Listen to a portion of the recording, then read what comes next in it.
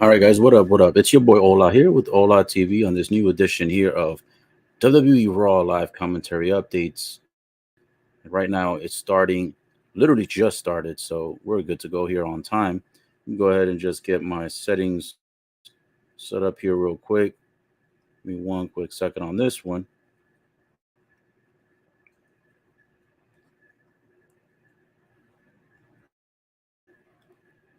Right now, they're giving the recap of Sami Zayn when he was talking about how Jimmy Uso had his back and for him, and it was Jay Uso who ended up standing up for him. So right now, we got that quick little recap going on between the conversation of Sami Zayn and Jay Uso. And of course, if you didn't tune in, uh, Sami Zayn ended up giving a big boot across the face of Jimmy Uso. And then we had Solo Sokoa run into the ring, and Jay Uso was standing at ringside near the fans' front row, but yet he never jumped in to help his brother. So it's going to be very interesting to see because tonight I'm more than sure that the bloodline is going to be on Raw. There's going to be a whole lot of conversation within the way the bloodline has been getting completely out of whack in recent weeks, just falling apart all over the place. So tonight they're showing the promo of SmackDown, and we're gonna see if it's gonna develop even more tonight. Is it gonna be more catastrophe and more destruction inside of the unit of the bloodline, or they're gonna find a way to get reunited and make amends? I don't know. I think we're leading down that path where the bloodline's time is a ticking time bomb, and it's only a matter of time before the fans up going their separate ways. So right now, Raw is getting ready to start.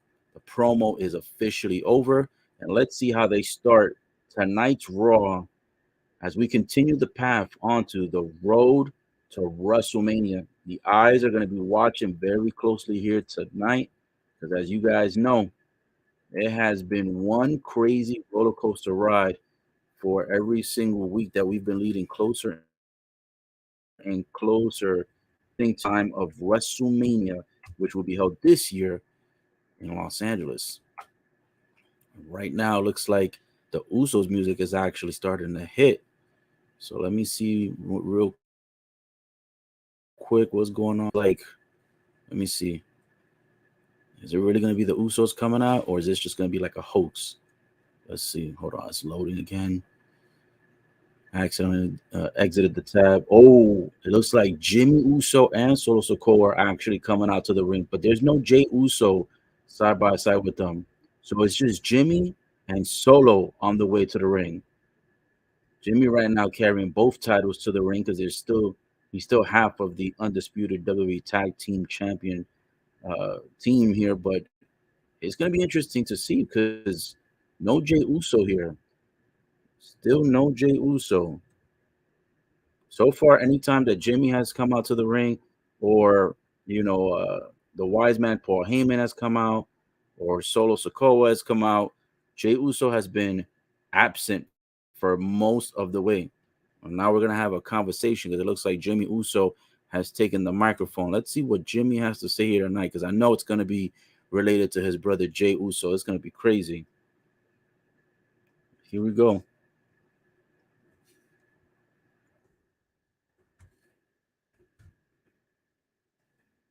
Jimmy trying to get the crowd excited, talking about the bloodline is in your city. He said he saw the posts and he saw the tweets talking about the problems going on in the bloodline, and then they got cracks inside of the bloodline.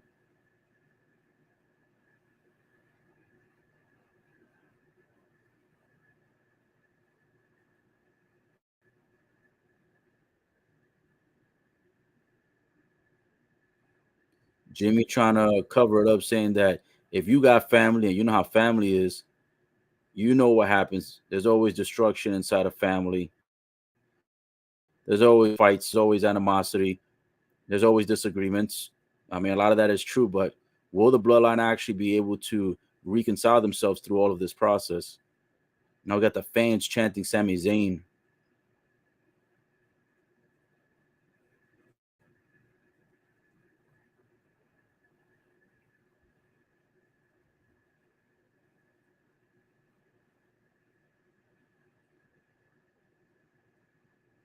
Now Jimmy's talking about how Kevin Owens thought that the bloodline was breaking apart. And did anything happen to the bloodline? He says no. He thinks, does Sami Zayn get one on the bloodline? He said nope. He said Sami Zayn tried to get the title at the Chamber. Kevin tried to get the opportunity of the title at the Royal Rumble, and nobody was able to take down the bloodline so far, which is facts. He ain't spitting no lies thus far. And now he says we're about to get to Cody. Cody right now is the next upcoming, so we haven't had any opportunity yet to talk about Cody, but Cody's expected to take the bloodline down by being Roman Reigns. So Jimmy just asked the audience, you really think that he's gonna take down Roman Reigns? You think Cody is really gonna do this? And the crowd is just like cheering and just saying basically yes, they believe Cody will get it done.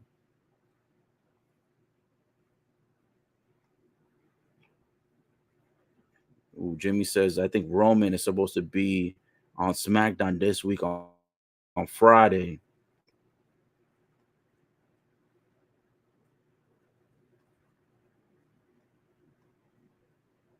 Mm. About he's gonna show everybody who runs Raw. No pun intended. Who we got coming out here? Is this hold up. We got Street Profits coming out interrupting Jimmy Uso and Solo, even though Solo Sikoa is not really doing much of the talking.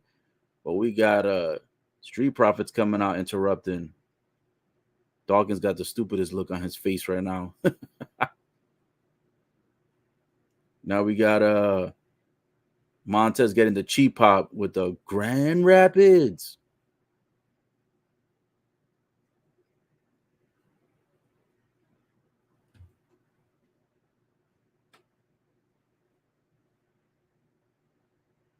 Montez right now trying to give fake props to the current bloodline.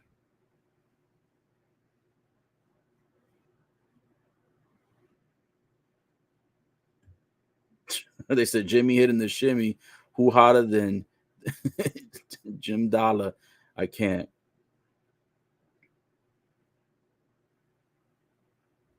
Oh, they was about to announce Jay Uso, but Jay's not even in the ring.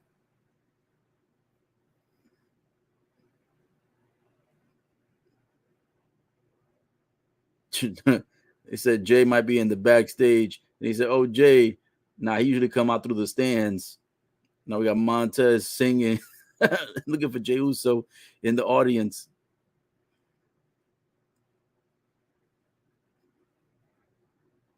Ooh, damn. Montez Ford said, if I had to be the bridge to keep the gap between all the members in the bloodline, I'd be tired of them too. Talking about Jay Uso is the one pretty much keeping everything composed. Now he says, Montez says to Jimmy, how y'all got the nerve to say that y'all run Raw and y'all can't even run your own bloodline faction? Y'all can't even run your own family. Sheesh.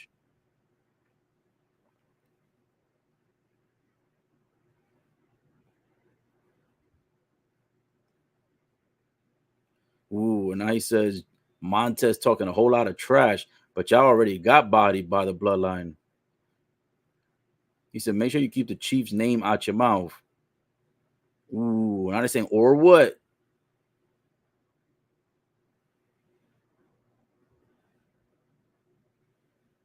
They're probably about to get a little tag team action going on right here. Ooh, and they both started punching Jimmy and Solo Sokoa now. So we got the 2-on-2 already. The sneak attack. Oh, we got Dawkins taking Jimmy Uso out of the ring. Now Solo's in the ring by himself. Oh man, he got caught with a punch to his face, then a super kick. Then he caught a nice little Itzuguri by Dawkins, and now they both do a tag team and shove Solo Sokoa out the ring. And now Jimmy Uso trying to hold Solo back. Commercial break now, which means they're probably going to end up having Adam Pearce come out here momentarily, and Adam Pearce is probably going to end up, announcing behind the scenes that this is going to be an official tag team match. That's definitely expected. So we'll wait to see how that ends up playing out. But it's been a very interesting start so far. We got some of the bloodline members on Raw. We don't have all of them, but we got a few. We got Solo and we got Jimmy so far. We don't got no Paul Heyman so far tonight. We don't got no Tribal Chief just yet. We don't got no Jimmy just yet. It's gonna be interesting to see how this all develops. It's gonna be real interesting because right now, Jimmy being on Raw and no Jey Uso yet again does not tell me that the forces have reunited just yet. You know what I'm saying? But they are trying to play it smooth right now. They're trying to play smooth criminal right now when it comes to the bloodline. So if you're just tuning in, started the show with Jimmy Uso and Solo Sikoa saying that the faction of the bloodline are still together, still united. Then he started talking smack about KO and Sami Zayn. Then it shifted over to an interruption by the Street Profits, Montez Ford and Angelo Dawkins. And then from there, Street Profits did a nice little sneak attack or unexpected attack, I should say, on Solo Sikoa and Jimmy Uso. And then from there, it went to a quick commercial break. So when it comes back from commercial, I'm sure that it's going to be an official tag team match. I'm pretty sure that that's how they wanted to get this kind of squared out. And I'm pretty sure that that's how they wanted to, lead the way to start things off here. So it's going to be interesting. We're going to see how this all develops. But so far, Jimmy Uso is doing a really good job at selling the fact that that he believes the bloodline has no problems, the bloodline has no issues, and he's trying to sell it that the bloodline basically is a well-oiled machine.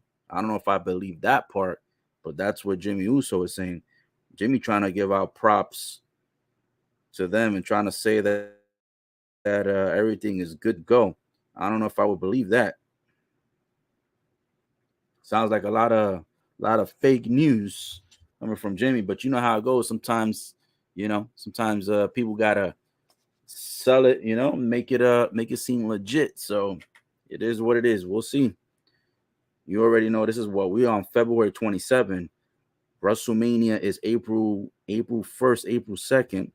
So with that being said, we're gonna see as we get closer and closer to the month of March, which leaves only about 4 weeks, 4.5 weeks till we get to WrestleMania. We're gonna see how united the bloodline really is. We're gonna see if they're just blowing smoke, or we're gonna see if they're gonna actually keep themselves composed and keep themselves together. And we're gonna see if they're gonna actually still be a unit after WrestleMania. Well, now it looks like we're back from the commercial break. The bell has officially rung. There is a referee in the ring, so now we've got Dawkins starting it off against Jimmy, chops Jimmy across the face.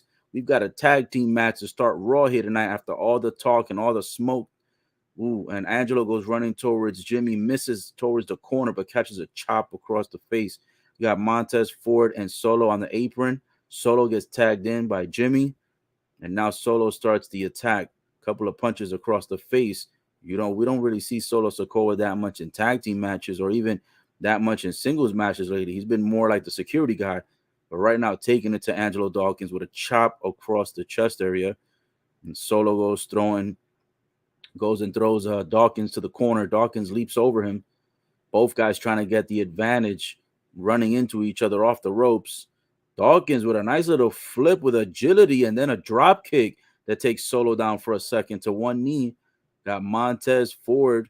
We got earlier tonight Tez. They were giving him a nickname, calling him Tez, courtesy of Jimmy. Oh, a nice little double drop kick by both Montez and Dawkins. And then Solo catches a nasty kick in the spinal cord by Montez. So right now, Solo getting the beats put on him, courtesy of the Street Profits. Got a nice little tag team match going on here tonight. Bloodline versus Street Profits to start things off here in Grand Rapids, Michigan, I believe they said. Ooh, and Montez catches a punch in the face after Jimmy got himself tagged in. A nice little snapmare takedown. Oof, nasty clothesline by Jimmy. Montez getting pinned. Kick out after two. Man, oh man. Now we got a nice little chokehold being put on the neck of Montez. Montez trying to stay awake, stay alive. Jimmy got that submission locked in. Now they're showing recaps of the Elimination Chamber from 9 days ago on Saturday, February 18. What a great pay-per-view. If you missed that one, just want to let you know that I did give the live stream of the updates of all the matches. Montez Ford was absolutely dominating the match. He didn't get the victory, but man, oh man, did he put on a show for the Chamber. And now Montez with a drop kick across the face of Jimmy here on Raw Live tonight. Tags in Dawkins. Jimmy gets thrown to the ropes. Oof. Yo, it's a drop kick bonanza going on because now Jimmy caught a drop kick by Dawkins as well. Dawkins running to the corner, does the spinning move that catches Jimmy in the face, then does a spinning backwards Itziguri that caught Jimmy as well. Dawkins right now showing he's been getting better as far as like agility, in-ring IQ going up, better and better each time that we see Dawkins. Hopefully that's a good sign that the Street Profits are going to continue being a tag team, because at one point it seemed like they were going to go their separate ways. And now we got Jimmy with a chokehold on Dawkins, had him on the ground momentarily. Both guys back on their feet. Solo gets a sneak tag in.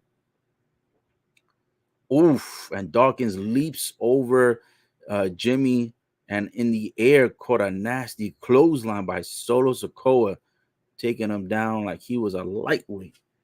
Nice high impact there by Solo Sikoa. And now it looks like we are going back to a commercial break here with Raw Live. But man, oh man, it's been a good start so far to Raw tonight. Raw is live, and it has been good and cooking so far. Again, we got the Bloodline taking on Street Profits. Still, this is the first match of the evening, still on the way.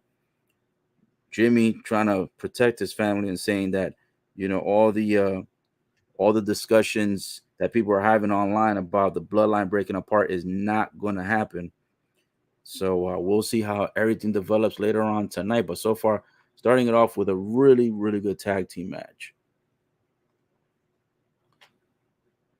All right. So commercial break still on the way. Let me go ahead and take a moment to just repost something here real quick.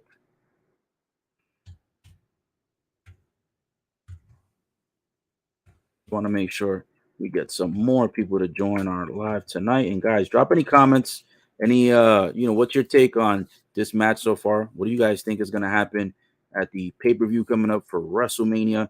What are you guys looking forward to as far as matches? Is anybody who's currently watching going to go and see this live? I'll tell you what, I want to go see it live. I don't know if tickets are still going to be available. I know it was limited, but we'll go ahead and see. If not, if you guys don't get to see it live, and if I don't go see it live, you're always welcome to tune in here to this live stream, and I'll always be able to give you guys the updates. Now, what I mean by live, that I want to see live in person, is I want to get tickets to maybe go see, WrestleMania. It would be nice to go ahead and see WrestleMania. I think, have I ever been? I was gonna say, have I ever been to WrestleMania? I've been to WrestleMania like 3 or 4 times already, but trying to have ever been to Mania in Cali? I don't think so. I think I've only been to Cali once. So it would be different to fly all the way out there, East Coast to West Coast, go to Los Angeles and catch that. That would be dope. If I go, I'll give you guys behind the scenes coverage. If I don't go, then we'll make sure to keep the live stream going here on YouTube and Facebook and Twitch, so you guys can get the updates, because I'll be watching it, whether it be there in person in Los Angeles or whether it be here at home. I'll make sure to keep you guys updated one way or another. All right, let me see. Any other commercials? Yeah, still commercials. Any comments? No comments just yet. No problem. All right, we'll keep it going. All right, looks like Raw still on commercial break.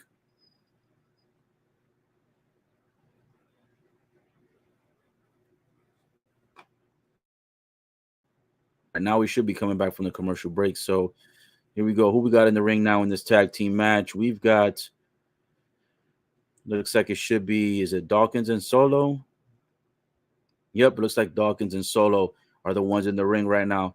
Dawkins try to get a tag, but Solo ends up performing the Samoan Samoan backdrop on Dawkins.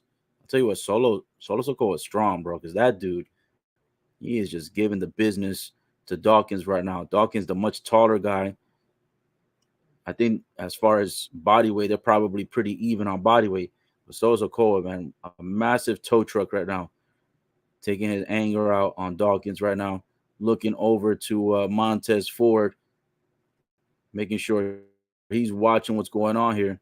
Here we go. Solo goes running, and he runs right into the dome of Dawkins with the booty cheeks. Pause, no pun intended. And we got Solo looking at the fans. The fans are booing him. Jimmy clapping it up for Solo. Fans no love for the blood. Oh man, and a super kick by Solo across the face of Montez Ford that says Montez off of the apron. Now we've only got Dawkins in the ring. Oh, and he does a leaping, not lipping, a leaping forward elbow spin move into the air off the ground level. Solo's down. Dawkins is down. Montez Ford is back on his feet. Montez trying to get the chants going from the crowd. Montez ready to go. And he gets the tag and he leaps over the third rope. Jimmy gets the tag. We got a couple of punches going across the face, courtesy of Montez. Then a nice clothesline. Oof. Then a nice spinning elbow that catches Jimmy. Oh, and there's a spin move off of Jimmy. And then lifts him up for a nice little back suplex. Montez Ford has got the crowd inside it. Goes for a nice little ground level backflip that lands on Jimmy with an instant pin, but it's a kick out after two. But Montez Ford leading, man, a standing backflip, standing moonsault with no velocity, no running, not even off the ropes, just ground level. Montez Ford so impressive, constantly, always on his A game every time he's wrestling. Montez Ford running towards Jimmy. Jimmy throws him over the third rope. Montez lands on the apron. Woof. And then kicks Solo in the face, then kicks Jimmy in the face. And now Montez going high risk off the third. Oh, not yet. Jimmy saw him and then punched Montez in the face, stopped him from leaping off the third. Ooh, man, and kicks Montez in the face. Montez just sitting on the third rope turnbuckle. Jimmy getting on the second ropes. Maybe trying to go for a superplex here. Oh, man. And Jimmy, the third ropes. And then Montez Ford screams at Jimmy and says, I'm the one, biatch. And then he hits him with a headbutt, then does a nice frog splash off the third rope. Man, and Jimmy kicks out after two. A beautiful headbutt, a beautiful, nice little frog splash, a sideways frog splash where Montez goes in the air, barely had any room from the top to the bottom, and still lands the frog splash on Jimmy. That boy is super talented. It's a nice way to kick off Monday Night Raw so far with this first match right here. Oof, a couple of chops and kicks across the face. Montez Ford gets caught now with a kick by Jimmy. Now Jimmy gets kicked in the face by Montez. Solo with the sneak attack gets hit inadvertently, or I should say Montez inadvertently hits Solo. Solo falls off the apron. Spine buster by Montez. Montez with the momentum right now. Now we got the tag made to Dawkins. Oh, man. Dawkins lifting up Jimmy. Jimmy's in the air. Oh, no. Montez Ford was on the third ropes and gets flung by Solo. Man, it looked like he might have landed head first off the third ropes into the apron. Oof. Then Solo with the super kick and then the Samoan spike and then gets the victory over Dawkins. And the kids are excited. The little kids that look like they're like 5 years old are excited that Solo Sikoa gets the victory. Man, oh man, we got some little kids out there that are the fans of We the Ones. And now they got the fingers in the air. I'll tell you what, man. The bloodline getting some support by the younger generation. the adults are giving the thumbs down to the fact that Solo and Jimmy won this match, but we got some little kids up there in the front row like this with the fingers in the air, giving the ones, giving support to both Solo and Jimmy. So we got a couple of younger generations showing support to the bloodline tonight. Oh man, Montez Ford in the ring. Solo ends up putting a chair over the neck and head area of Montez. Solo went back to the other corner, about to run towards him. Oh man. Oh, and Kevin Owens gets into the ring and super kicks Solo Sikoa. And then he does the Stone Cold Stunner and takes out Jimmy. Saves Montez Ford from getting decapitated in the neck area. And Kevin Owens now. So much for Kevin Owens not helping to take the bloodline down, considering he told Sami Zayn he was going to have no part of it. Tonight, Kevin Owens super kick to Solo face, stunner to Jimmy, taking the bloodline down on his own accord. But nonetheless, Solo and Jimmy get the victory over the Street Profits. But Street Profits, Montez Ford getting saved by getting further damage occurring into this match. What a great way to start Raw here tonight. Got Kevin Patrick, Corey Graves, of course, as usual, at ringside as the ring announcers here tonight for Raw. But the front row, the kids are loving the fact that Solo Sikoa, Jimmy Uso got the victory here tonight in this tag team match. Now we've got a recap from the Chamber. Brock Lesnar, Bobby Lashley when they went one-on-one. And, of course, Bobby Lashley had the hurt lock on Brock. Brock couldn't get out of it. Did a low blow. Bobby, pause, no pun intended on that. Bobby Lashley ends up getting the victory by disqualification. And because he is the victor, we are going to have Bray Wyatt and Bobby Lashley. Hasn't been made official yet, but they're leaning to it because they have Bray Wyatt kind of talking about Bobby Lashley, and they have Brock Lesnar with the Omos teaser also going on by MVP. They're showing all those recaps right now on Raw. So that's more than likely what's going to be leading into WrestleMania. Brock versus Omos, Bobby Lashley versus Bray Wyatt. That's more than likely what we're going to be seeing at the pay-per-view. Tonight, Brock Lesnar is expected to decide he's going to accept or decline the challenge. We'll go ahead and see if that's going to. More than likely he will, because, I mean, he's not going to have any title shots, that's for sure. And I don't see anything else developing for Brock Lesnar as far as competition for WrestleMania. And, of course, Omos doesn't have too much going on his end either, so it's going to be interesting to see. But more than likely, Brock Lesnar will be accepting the challenge. And we'll make sure to keep you updated. It looks like it says it's coming up next as far as the challenge opportunity is concerned.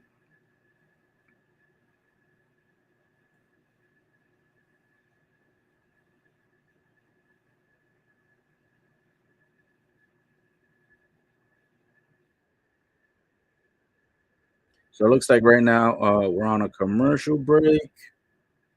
So while we're on a commercial break, let me see if there's anything else to cover leading into Mania. Let's see. Let me check the comment section real quick. I don't see any comments posted just yet. All right, so let me see. Man, I can't wait for WrestleMania. WrestleMania should be good.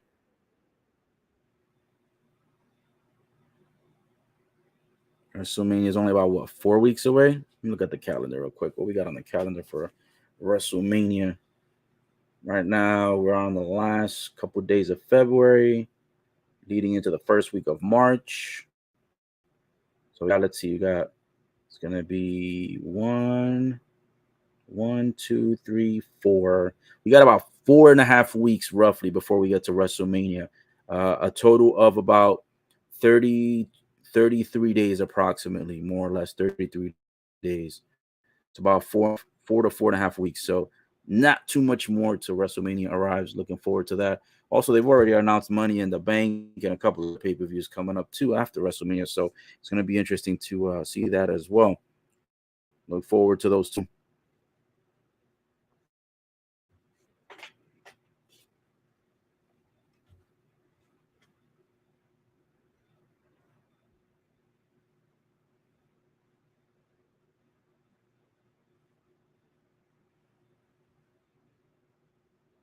All right, guys, give me 1 second here. I'm gonna go ahead and get something to drink. Be right back.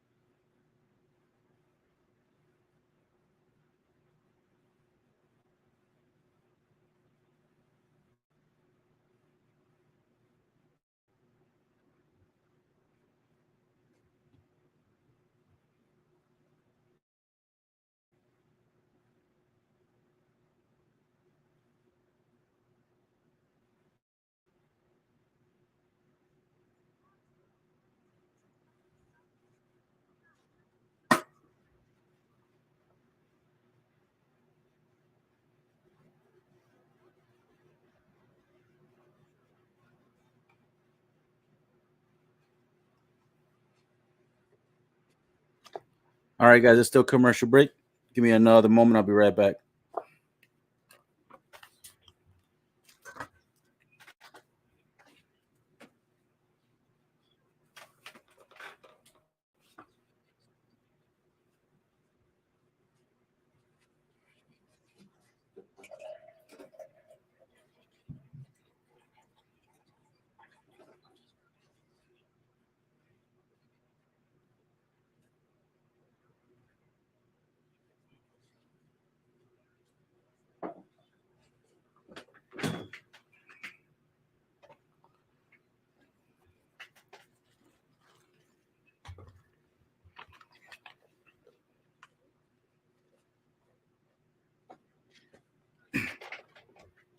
All right, guys, I'm back. Just had to go ahead and fill up my, my. Let me also get the microphone turned a little bit here.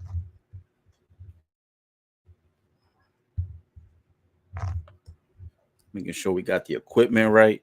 Making sure I got the volume right. All right, cool. Got everything all set here, working properly. Woo! All right.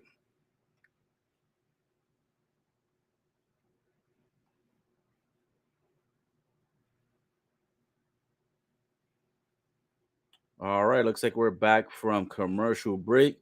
Let's see what we got coming up next here on the live edition of Raw.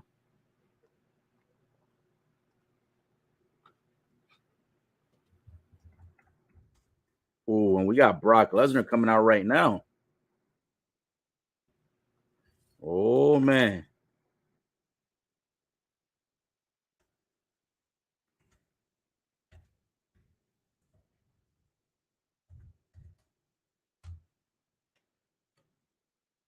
Brock Lesnar is definitely in the building, and he is on his way to the ring right now as we speak. Will Brock accept Omos for the Mania match? That is the question here coming up right now. Brock Lesnar giving high five to the fans. And will he be accepting the challenge? I'm pretty sure he will. You know him; he's never scared of a fight, and it doesn't have anything else pretty much going on. So more than likely, we will see him, my friends. We will.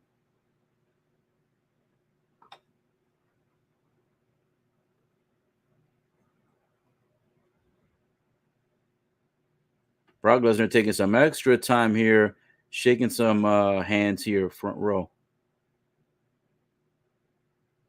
He was about to walk into the ring, and then all of a sudden he walked back and decided to shake some hands. So Brock Lesnar here, um, looking like he's ready to talk some business. But he was giving the fans at least, a little bit of courtesy time. Doesn't always do that. Usually he's all business and just goes straight to the ring. But nice to see him, doing his thing. And he's out here paying his respects to the fans as you should be. Now we got Brock just chilling on the couch. There's a couch in the center of the ring for the MVP lounge. So we have the MVP lounge already set up. We've got some wine or champagne or something, probably champagne. Got a couple of cups. We got some ice. Got a couch, And MVP's over here got a little bit of a distraught look on his face. I wonder if it's because he's he sees Brock Lesnar already on the couch without him there. Got Brock Lesnar clapping it up for MVP inside of the ring.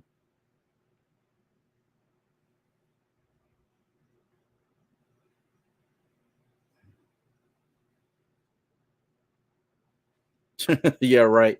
Brock Lesnar with the cheap pop talking about good evening, Michigan.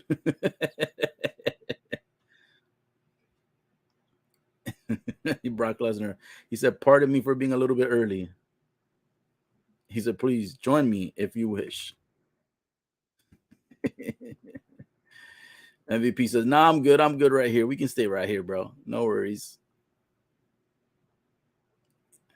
Brock says, hey, MVP, I got no beef with you. He said, it's all about business. You know what I'm saying? Ooh, and the fans are chanting Suplex City. And he's like, shut up. Don't tell him that. MVP right now getting a little bit upset.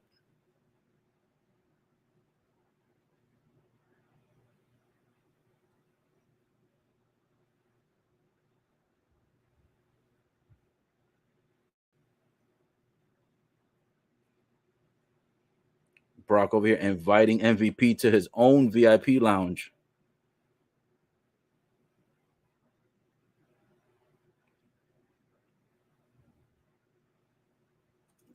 Brock Lesnar trying to convince MVP to get in the ring.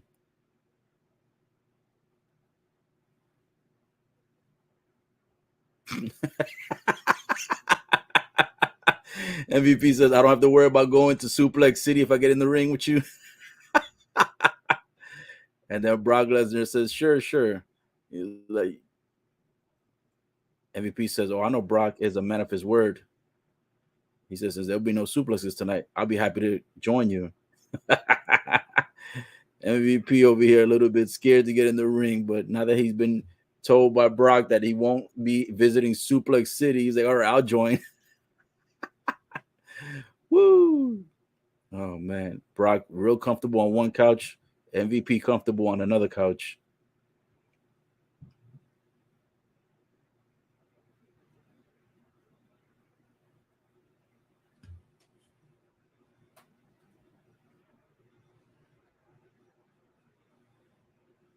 Brock Lesnar is saying, yo, sell me this fight. Do what you do best. Promote. He said, I came here tonight to possibly do business with you. Sell me the match. He wanted to be hyped. Brock Lesnar said, hype the fight.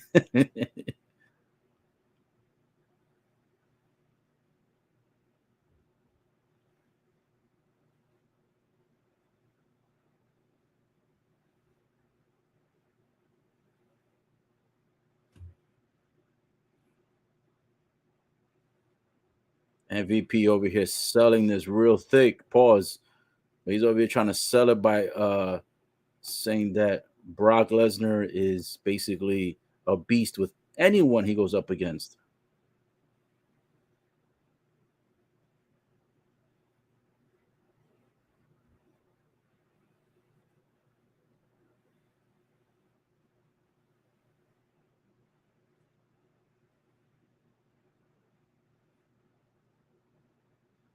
He said you could barely handle Bobby Lashley, but you think you can handle Omos, 7'3", 416 pounds.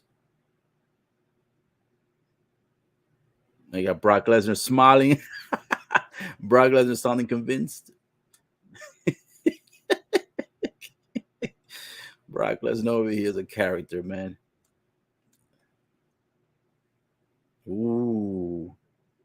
Trying to say Omos might be able to be the one that could conquer the beast, aka Brock Lesnar.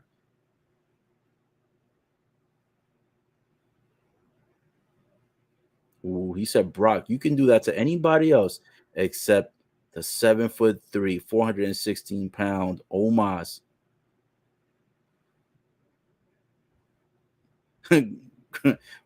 Brock Brock said, yo, I got goosebumps. You sold it. He said, you sold it. And he goes, woo. And then the crowd goes, woo. Oh, man. Ooh, Brock saying that was damn good. You sold me this fight. Brock Lesnar with a big smile on his face accepts the challenge to go against Omos.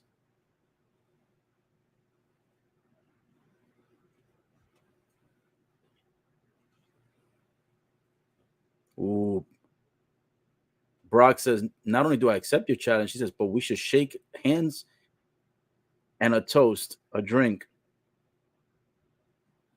at WrestleMania.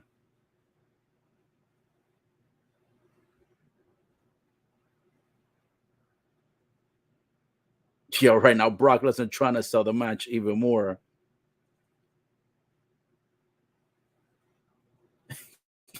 He says Brock Lesnar going up against Omos. He made it sound like it's the Amos cookies. Yeah, right. MVP over here getting hyped, saying he's gonna pop this bottle.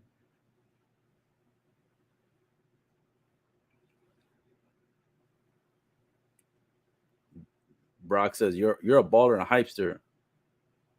Brock says, I'm just a farmer. Oh, he says, I brought the good stuff. So we're gonna have a toast. Oh, he said we're gonna drink the good stuff. So he brought a little tin can. I don't know what's in that, but I would not trust it. Brock Brock Lesnar brought his own drink. He keeps saying almost, like he's saying almost, like the word almost. Like you almost won, but you lost. Oh man, he took a shot, and that looks pretty serious.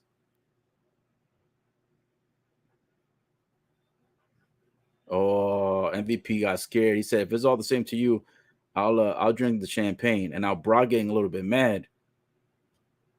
Woo! Better drink that, boy. Oh man, Brock said, "You're not gonna have me drink alone, are you?"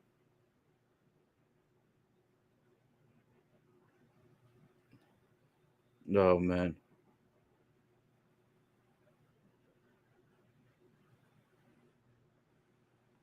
He said he got some white lightning in there. I've never drank white lightning.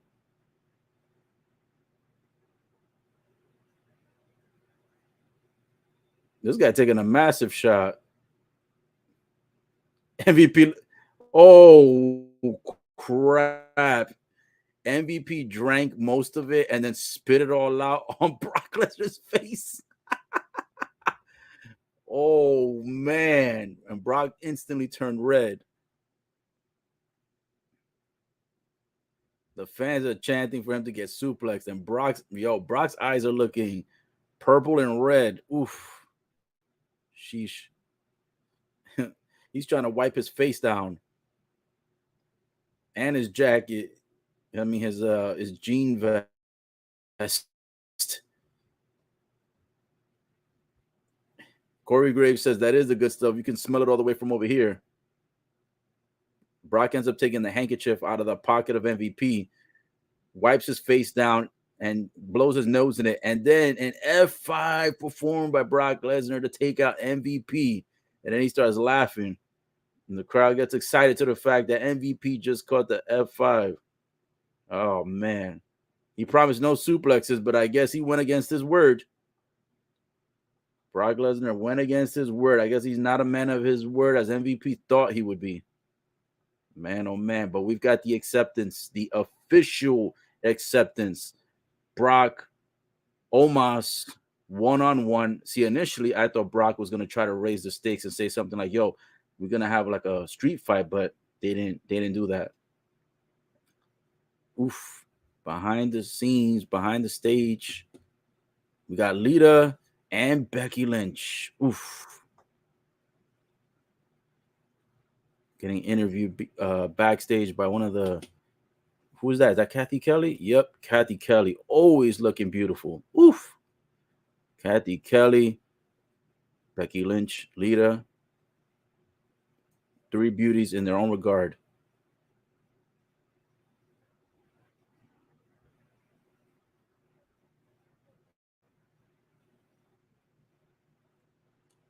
Lita over here talking about how she's not done making history after 2 decades of wrestling. She's ready to make history winning the tag team titles, teaming up with Becky Lynch, going up against Damage Control.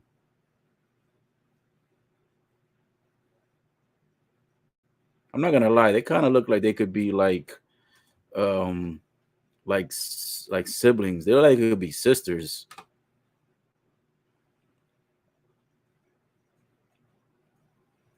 Well, Becky Lynch says we're gonna take care of not only the tag team champs, but if Bailey wants to put her nose into the fight, we'll take care of her too. We'll make sure to take her out as well. Looks like the girls are ready. And we got Cody Rhodes backstage, dressed up, ready to go, going up against Mr. Shoosh, please. That's coming up next. It's gonna be Chad Gable, Cody Rhodes coming up next. Right now it's a commercial break, but that's gonna be the upcoming match. Now we got some promo again showing from Friday Night SmackDown when Sami Zayn with the sneak attack on Jimmy Uso while Jey Uso was at ringside. Jey Uso did absolutely nothing. Jimmy Uso caught a massive boot to the face. Solo Sikoa later on that night came out to try to help Jimmy, but Sami Zayn had already ran to the outside of the ring and went through the audience. And Jey Uso never interfered. He never attacked Sami. He never helped Jimmy Uso.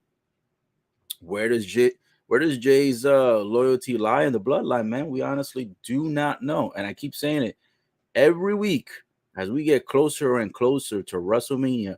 It almost seems like we answer some questions and then the storyline just develops to open up the door for more questions.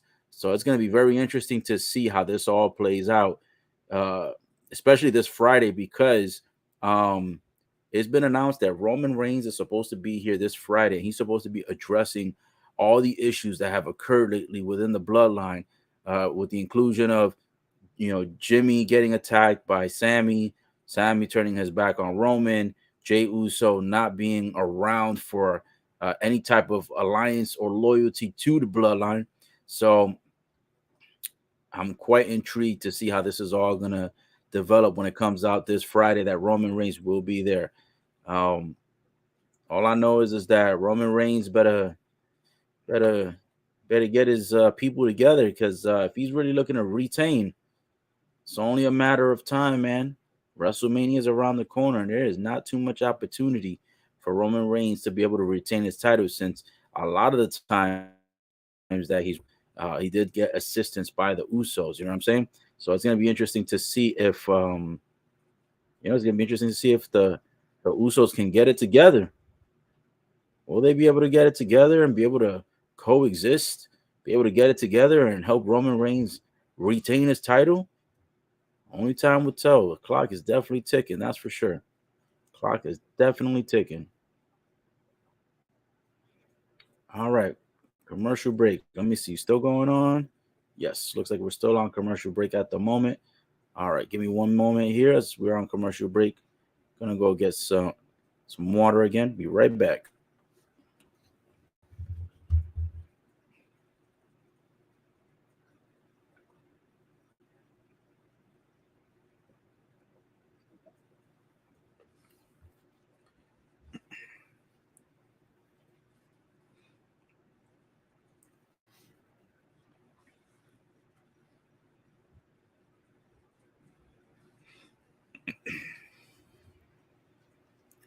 All right, guys, I'm back here. And just to let you guys know, also on this channel, what I started doing for the YouTube, for those that are subscribed to the YouTube channel, started putting more time into getting a little bit of comedy added onto this channel. Now, when I mean comedy, I mean like, uh, comedic clips regarding or updates regarding stuff that has been going on with with the WWE. So some of it might be fun. So some of the content that's coming soon might be funny. Some of it might be quick highlights, quick clips, and quick updates. So just to give you an example of what I mean by what I've already started and what's also on the way, let me see if I can pull up here one of the shorts that I recently uploaded to this channel. Let me pull it up here real quick and see, where do I have it? Let me see. Let me go ahead and go my YouTube real quick. And let me go to see. Let me go to the channel. Oh, is John Cena supposed to be coming back? Oh, it looks like next Monday. 8 o'clock Eastern, 7 Central, Monday Night Raw. John Cena is supposed to be pulling up on Raw next week. So that could be a big indicator that there's going to be a match with John Cena at Mania because he's showing up next week. I think they were indicating that he was going to have a match against someone, but I forgot who it was that they said that person would be. But yeah, looks like it's going to be more than likely John Cena is going to be showing up for Mania because he'll be on Raw. And if he shows up, he's probably gonna get interrupted by someone. So right now, Cody Rhodes is about to start his match. Before we do, since him and Chad Gable are not yet in the ring, let me take a moment to show you guys what it was that I was talking about a few minutes ago. Let me pull it up here. Let me see. Get my screen is shared here so I can tell you guys what I'm talking about. So, guys, if you can see this on the screen, I'm gonna make it a little bit bigger. This is what I'm talking about as far as like the shorts. So I started doing kind of like some clips of the shorts. I'm gonna be adding more of these so you guys can be able to watch those, so you can see updates. This one happened to be from the Elimination Chamber. Let me go ahead and click it real quick. And this is what it is here. It says, "Is this the end?" Comment below, basically asking you know, giving you guys a question here to respond to. And yeah, this one was when Sami Zayn accidentally attacked Jey Uso. And when he accidentally attacked him, right after that, Roman Reigns starts with the chair. And then this is what kind of led to the victory of Roman Reigns because earlier in the match, Jimmy Uso tried to help Roman Reigns win. That didn't help. And then the match continued. Jey Uso came here to stop Roman from attacking Sami Zayn. He got snuffed hard in the face twice. You could tell that Jey Uso, even though this is a part of the act, he did not appreciate Roman shoving his face like that. To be honest, so I'm pretty sure he was not excited about that. But yeah, that's available on my channel. It's one of the new shorts that I added. The next one that I recently added as well. I'll show it later because the match is about to start. But nonetheless, that's more content that I'm going to be adding. That one got a pretty good. How do I say? That one got pretty good feedback. You guys gave it like 34 likes and over 1,800 views. So thank you so much for that. Appreciate it. Now let's get back to the Monday Night Raw action here. Looks like Chad Gable made his way to the ring. Cody Rhodes also in the ring. Cody starting off the match here. Some quick action trying to take down one of the legs of Chad Gable. Chad got a new outfit tonight, new colors, I should say. The outfit looks brand new. I don't think he's ever worn these colors. Chad Gable getting a little bit of love by whoever it is that takes care of the WWE costumes or WWE swag. Oh man, Cody Rhodes catches a punch across the face by Chad Gable. Chad Gable now throwing Cody to the ropes, but Cody gets out of it, rolls Chad up. Oh, but Chad gets out of it after two, and then he's going for an immediate ankle lock to try to end the match, but Cody reverses it. Chad gets thrown to the corner, and then Cody goes running towards him and catches a boot to the face. Chad climbing to the top. Chad like he was gonna do maybe like a reverse somersault, but Cody now on his way to the top as well. Oh man, a reverse superplex. Whoa, a reverse superplex, an inverted, or you can call it a reverse superplex, whichever one. Cody performing the inverted suplex to Chad Gable off the third rope and landing it perfectly, where neither guy got injured, and also just planted Chad Gable from the top and Chad landing face first off that third rope. Oof. Nice match to start this off. And I'll be honest with you, Chad Gable, Cody Rhodes, I don't think that was originally scheduled for tonight's program. However, I definitely do appreciate it because I think these two guys bring enough to the table where this can be a very exciting match. So I definitely like the fact that they got these two guys lined up. It was not an expected match, but definitely appreciate the fact that they booked this one. Honestly, definitely one one day in the future, maybe have a match for like a title. I think I would definitely pay to see it. It might not be something they would put at maybe WrestleMania, but maybe something like a Money in the Bank or something else. That would be pretty dope to see, to be quite honest. So right now, let's see. Looks like we're back on commercial break. So we are 1 hour into Raw so far, two more to go. And so far the matches have been really good. We had Bloodline versus Street Profits. Bloodline got the victory, but we had the unusual tag team of Solo Sokoa and Jimmy, because of course Jay Uso still has not shown up. And then um, we had some controversy earlier, discussion between Becky Lynch and Lita, talking about how they take the titles off of Damage Control, being interviewed uh, by Kathy. I think the name is Kathy. Earlier, Brock Lesnar had a segue with MVP, and when he had that segue, MVP was able to hype up the match enough where Brock Lesnar got really interested. Brock decided to accept. Brock wanted to toast, to the acceptance of him going one on one with Omos at WrestleMania. MVP didn't really want to drink what Brock Lesnar was offering. However, he decided to take a big shot. When he took the shot of the drink, it was too strong for him.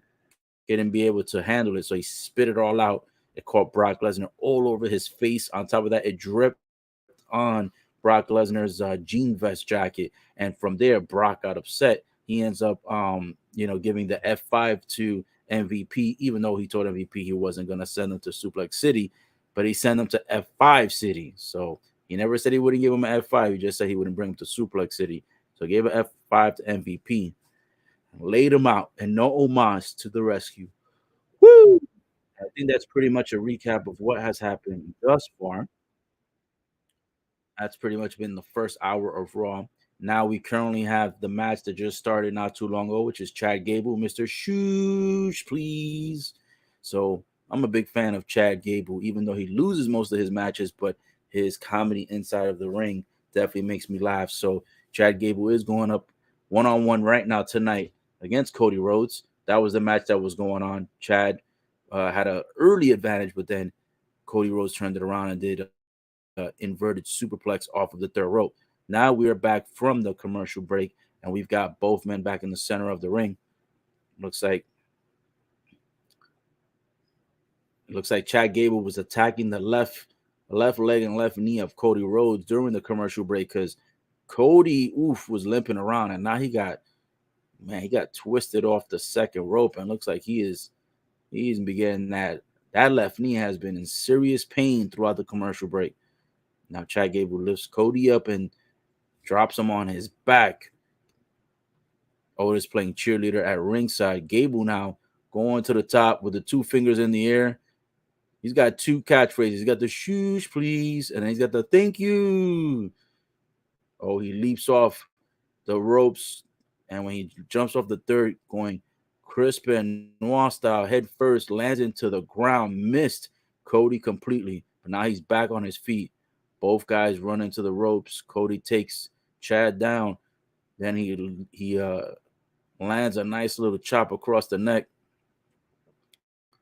Cody catches a nice little spinning power slam on Chad Gable, still struggling on the left knee, trying to get the crowd excited. He leaps off of the ropes and catches a boot across the face of Chad, going for the immediate pin. Ooh, man, Gable kicks out right after two. And Otis on the outside of the ring telling Chad Gable, "Come on, coach." Calling him coach. Yeah, right. Woo! Cody Rhodes right now still grabbing onto that knee. Chad Gable must have really, really got busy on that leg. No pun intended. He must have really got busy on that leg during the commercial break. Oh man, figure four. Woo! Ric Flair style. Figure four tightly locked in by Cody Rhodes. Chad Gable screaming in agony. Now his knees are the one that are getting attacked. Oh man, Chad about to tap out. He's not even moving.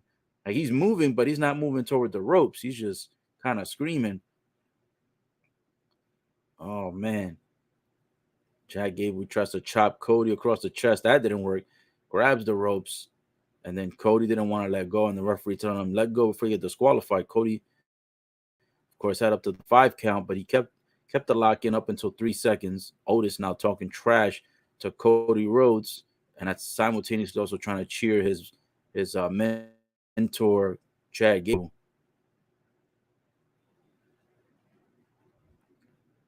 Oh, and Cody Rhodes leaps off the second rope, trying to go for a kick again across the face of Chad, but instead, Chad Gable catches Cody in the air and then slams him down with a German suplex, a mid-air German suplex. Woo! Nice move. Man, oh man. Chad Gable showing he's got the guts and glory. Now he tries to get Cody into the corner.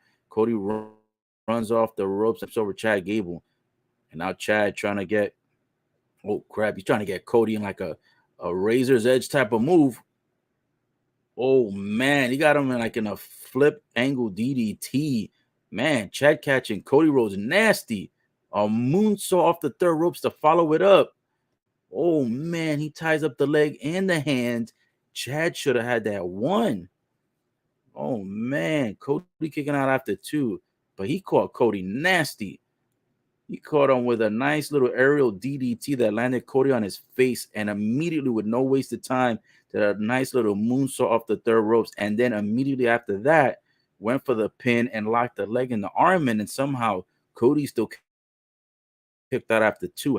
How Chad didn't get that victory, because those series of moves and then locking in the leg and the arm for the quick pinfall should have been enough to take Cody out for him to get the victory, but not just yet. Now he chops Cody across the chest.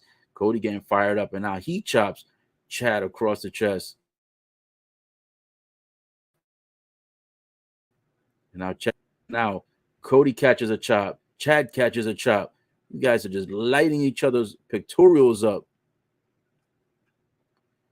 Oh, now these guys are both trying to get each other flipped over. Oh man! And Chad Gable gets flipped over the third rope. Man, he almost lands head first into the apron. Oh man, Cody now running ropes to ropes, runs through the second rope and takes Chad Gable out and almost leaps into the announcer's table. Oh man, and I'm not gonna lie to you, Cody grabbed the knee again. Got a feeling that this is not just an act. Cody might have only sprained his knee. Oh, we got Otis at ringside. Don't tell me he's getting distracted again. I think he's getting distracted by somebody at ringside. Might be by, what is he looking at? Cody over here telling Otis she's over there, meaning um the Maxim models team. Now Otis realizes that Cody is the one talking to him. Oh, he tried to run into Cody, and Cody threw him over the barricade, landing near the front row. Now Cody's back in the ring. Chad goes for a clothesline and missed. Cody leaped into the third rope and then leaping backwards catches Gable and lands him face first into the ground. What a crazy move by Cody. Crossroads? Oh man, he caught Chad on the dome with that one. He didn't even try to fake it. Caught him with the crossroads, and Chad Gable's head crashed into the ground. Oof. And no Otis after the little incident that happened outside. They got a little girl at ringside cheering with the earmuffs on, and they got a grown woman with the title cheering for Cody Rhodes. So Cody getting a lot of pop here tonight. Cody Rhodes gets the victory.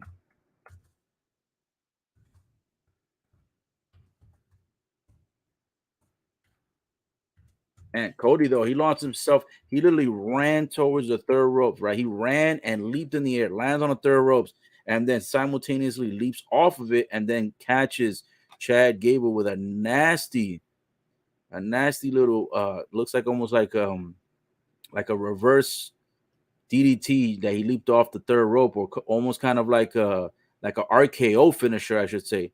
Resembled off the third rope RKO. Cody getting the victory, even though Otis was at ringside with Chad Gable. And now Cody asking for a microphone. What does Cody have to say? I thought he was just going to go ahead and handle his business and leave, but Cody obviously has a mic, so he's got something to say here tonight. Let's see what Cody has got to say. probably going to be something about Sami Zayn and WrestleMania. Cody says we're about 33 days away. That's what I counted as well. 33 days away from WrestleMania.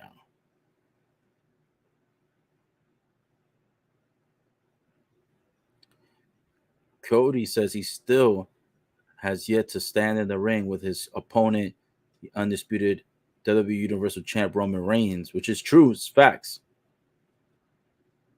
Oh, he says he knows that Roman is on SmackDown this Friday.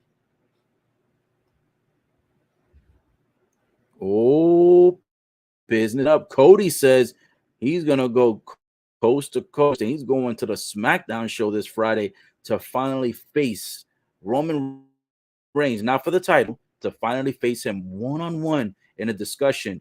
So that's going to be interesting how business is going to pick up because Roman already has enough on his plate as it is when it comes to, the bloodline basically starting to fall apart. So it's going to be interesting to see how this is all going to develop on Friday Night SmackDown.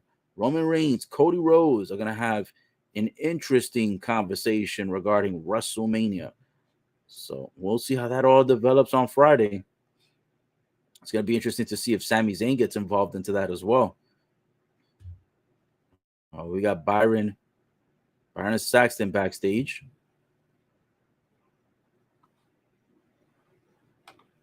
Oh my gosh. Baron Corbin is being interviewed by Byron Saxton backstage.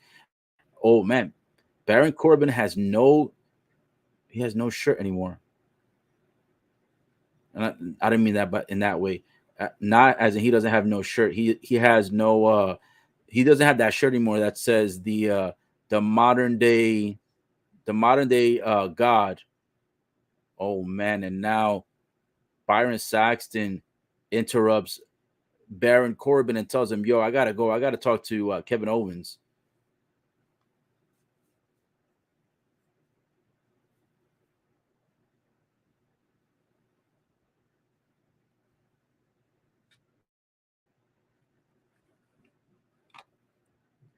Kevin Owens telling Byron Saxton that the bloodline is going to be suffering consequences for everything that they've done. He says, I'm going to take the bloodline down on my own, and I don't need any help from anyone. I think he's implying he doesn't need any help from AKA Sami Zayn, his ex best friend. And therefore, because of that, it looks like he's going to continue his pursuit to make sure that Roman Reigns loses the title. But I just have this eerie, weird feeling that WWE is going to do a number on all the fans, and they're going to shock us at WrestleMania, and we're going to all think that the title is going to change hands, which is what we're expecting it for Cody to win it and finally fulfill the dream that his family has always wanted to do, and also the dream that he's always wanted to do. But I think we're going to end up getting Shattered Dreams Productions.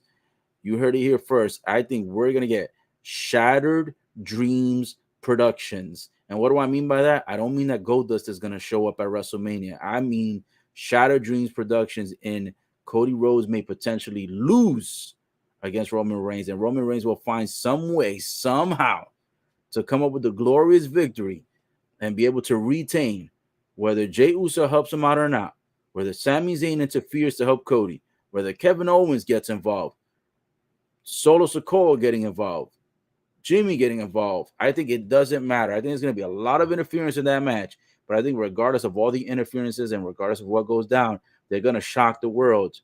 WWE is going to shock the world, and Roman Reigns might potentially be retaining the title. I thought he was actually going to lose it, but there's so many little elements that are starting to stand out to me that I'm thinking they're going to change it on us. They're going to change it on us. I believe it. I believe they're going to change it on us, and most people are not going to see it.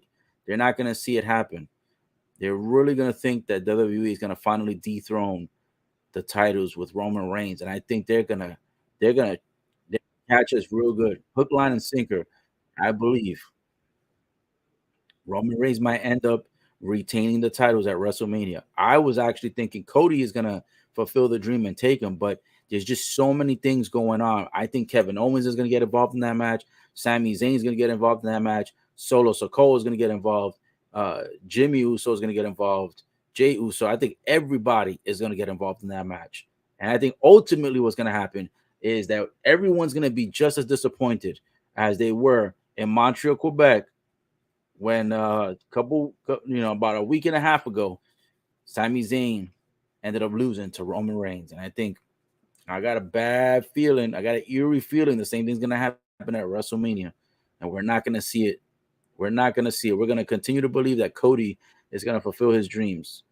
But you heard it here first. It might potentially be a Shattered Dreams Productions for Cody. And how ironic would it be a Shattered Dream, considering that Shattered Dreams was a gimmick that came from his brother Goldust. Now, I don't think Goldust is going to show up, but I do think I'm using that as an analogy to predict that Roman Reigns is probably going to shatter the dreams of Cody Rhodes, and the Rhodes family will continue to never have seen a WWE championship. Now, we know that his dad, he had a championship in the past, but it was not a WWE championship or a WWF championship. It was a different championship at the time that his dad won. And I believe it was the NWA championship, if I'm not mistaken. We had covered that last time. But as far as a WWF or WWE title, the Rhodes family has not had it. His dad didn't have it. His brother didn't have it. And he's never had the heavyweight either. So this is an opportunity of a lifetime. And I'm almost thinking it's going to be shattered. All right. With that being said, Cody Rhodes was able to beat Chad Gable here tonight. Interesting match. Good fight. Chad Gable gave his all. Chad Gable lost. Now, the other interesting thing is that Baron Corbin was getting interviewed backstage by Byron Saxton. And it felt like Baron Corbin was going to possibly resign or give his retirement speech. And right when that happened, that's when Kevin Owens interfered.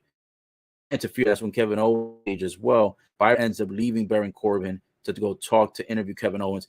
Baron Corbin got pissed. Corbin was so mad. He's like, again, you guys are gonna interrupt. Someone's gonna continue to interrupt me when I'm talking backstage. So again, they disrespected Baron Corbin. The person interviewing him this time was Byron Saxton. He ignores Baron Corbin, and then he goes to talk to Kevin Owens, and that's when everything else happened that I just stated, and everything else that I'm predicting based off of that. So I got a feeling that Baron Corbin is on his way out of WWE.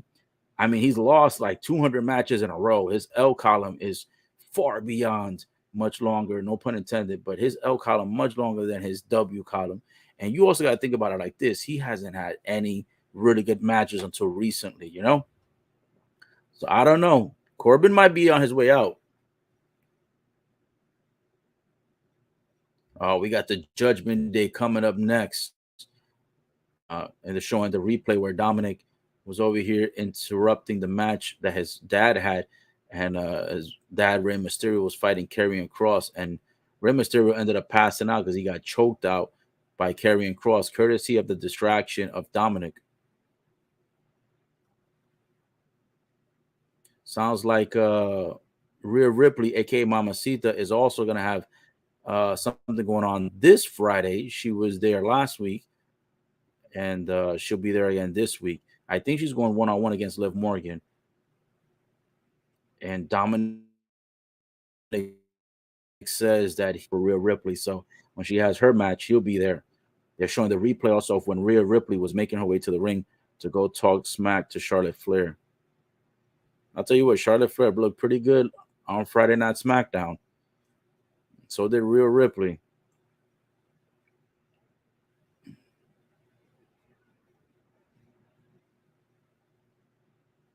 Rhea Ripley says that when she went to meet up with Charlotte Friday night that just passed, she says, I saw something worse in her eyes than you could ever think of. Worse than fear. She says, I saw acceptance, meaning that she's accepting that she's going to lose to Rhea Ripley at WrestleMania. So Rhea talking a lot of smoke here tonight. Oh, man, now we got Finn Balor saying that did Edge and Beth Phoenix think it was over at the Chamber match? And Finn Balor says, it's not over. It's over when I say it's over. So I guess Finn Balor is probably going to issue a challenge to Edge more than likely at Mania one-on-one. Says Edge is playing checkers. He says the Prince, aka himself, Finn Balor, is playing chess.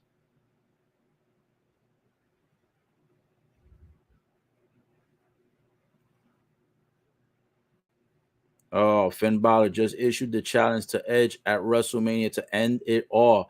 I would have thought Elimination Chamber was more than enough to say it's over. You know what I'm saying? Oh, we got Otis backstage now. And then we got the Maxim models again backstage.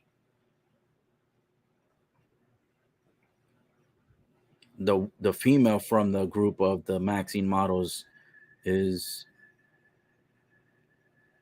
over here trying to say that Otis, she calls him OTs, says that they want to see him in all his glory.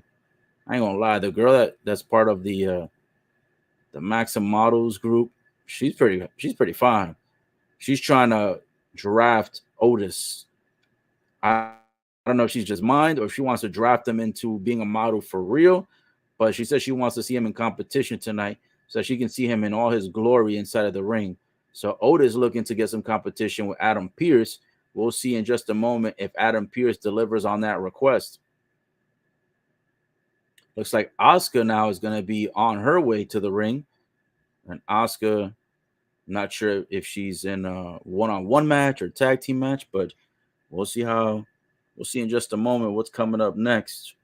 But Asuka is definitely on her way to the ring, and she's definitely in ring attire as far as wrestling attire. So she's definitely going to be up in competition right now as we speak.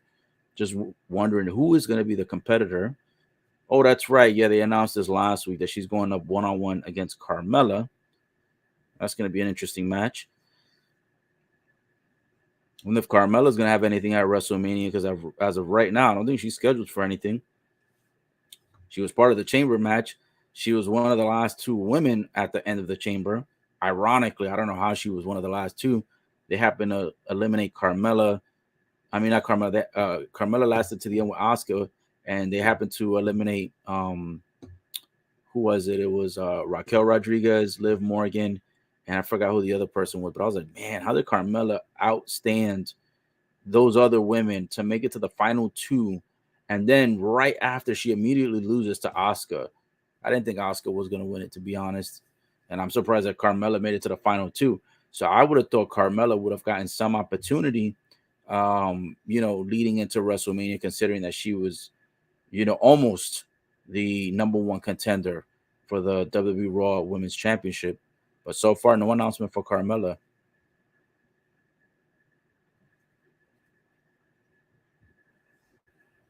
Right now, we're on a commercial break. I'm going to take a moment to go ahead and get some water. I'll be right back. Let me give me a sec here.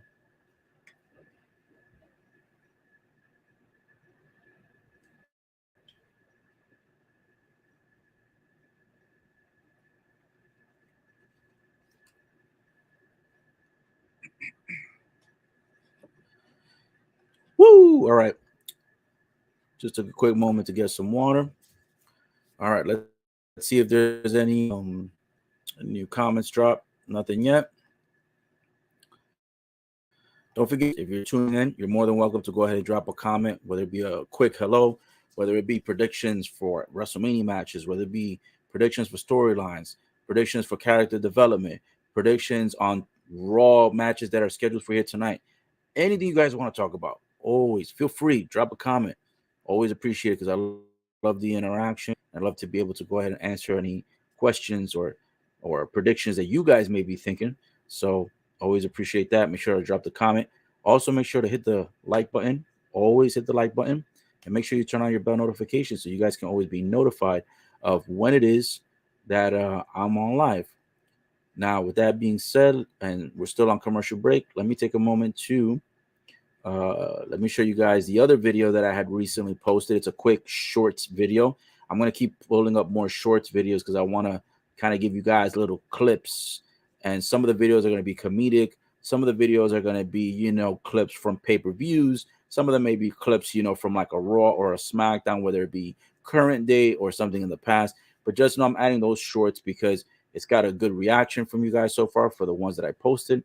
And also because I want to liven up this channel a little bit more with some other different ways to provide the content. So let me actually show you guys what I'm referring to so you know exactly what I'm talking about here. So I'm going to go ahead and show it real quick. We're still on commercial break for Raw. So let me see. Let me load this up here. Let me look at my videos and short section. So the one that I showed not too long ago, let me go ahead and show you which one that one was, in case that you might have just tuned in and didn't see it earlier when I was sharing the video. So let's see. So here is the content here that I uploaded recently. That's the one that I posted in the short section of my YouTube. You guys can go in there. It looks like you guys gave us some good reaction. And this is the one of Elimination Chamber 2023. This was the one that was a couple weeks ago. This was what kind of occurred where Sami Zayn, Roman Reigns were going one-on-one for the titles. And Sami Zayn accidentally attacked Jey Uso. Jey Uso got laid out. Roman Reigns ends up attacking Sami Zayn, and that ended up causing an opportunity for Roman Reigns to retain, which eventually he did. So that's one video I posted. And then if you go back here, this one originally didn't post as a shorts, but it is, it is an actual shorts. I just posted it incorrectly, so you'll find it under videos. That's this one right here. And let me turn the volume on. I'm asking you a question. Why are you yelling at me, huh? Why are you yelling at me? Video right here. I'm trying to make peace. The tribal chief said he wants peace. I don't give a damn what the tribal chief said. Woo! I know you guys probably remember that, and if you didn't, that was several weeks ago. That was several weeks ago that Jey Uso accidentally said, I don't give a damn about the tribal chief. I was like, oh man. I don't know if that's considered a bad word or not on YouTube, but I just didn't want to say it just in case. But man, he accidentally slipped on there. Tribal chief gave him the look like, what did you just say? So stuff like that, I'm going to start adding more and more of that type of content because I think it's funny. It's also, giving you some updates on content that is leading up to the current events, especially to WrestleMania, Raw, and SmackDowns. So yeah, but you guys can check more of that out as I continue to post. Don't forget to subscribe so you get the alerts every time I pull up a new shorts video for you guys. Right now, we've got Carmella and Asuka has officially started on the way, guys. We've got Carmella versus Asuka. So this is the current match that is on the way. Pretty sure that Asuka is going to get the easy victory on this one, more than likely. But let me go ahead and post it here. Carmella versus Asuka. This is the current match going on right here. Got a couple of nuts across the face by Asuka. And then Asuka kicks Carmella from the back. And of course, Cody Graves talking a lot of smack, saying that Carmella still doesn't have an opportunity for WrestleMania yet as far as a match. If you guys didn't know, which I found out myself recently, Corey Graves is either the boyfriend or the spouse of Carmella. And therefore, of course, he wants her to get a shot. She's already gotten enough shots, though, to prove herself. She had a #1 contendership opportunity at Elimination Chamber. So she lost. Now, she was one of the last two, like I said before, but she did lose. So we'll see if anything develops from here on. Carmella is not an afterthought, and she's a legitimate wrestler. Right now, she's got a couple of elbow shots that she performed across the face of Asuka. Now she's grabbing Asuka by her hair, and then she runs Asuka's face into her own foot.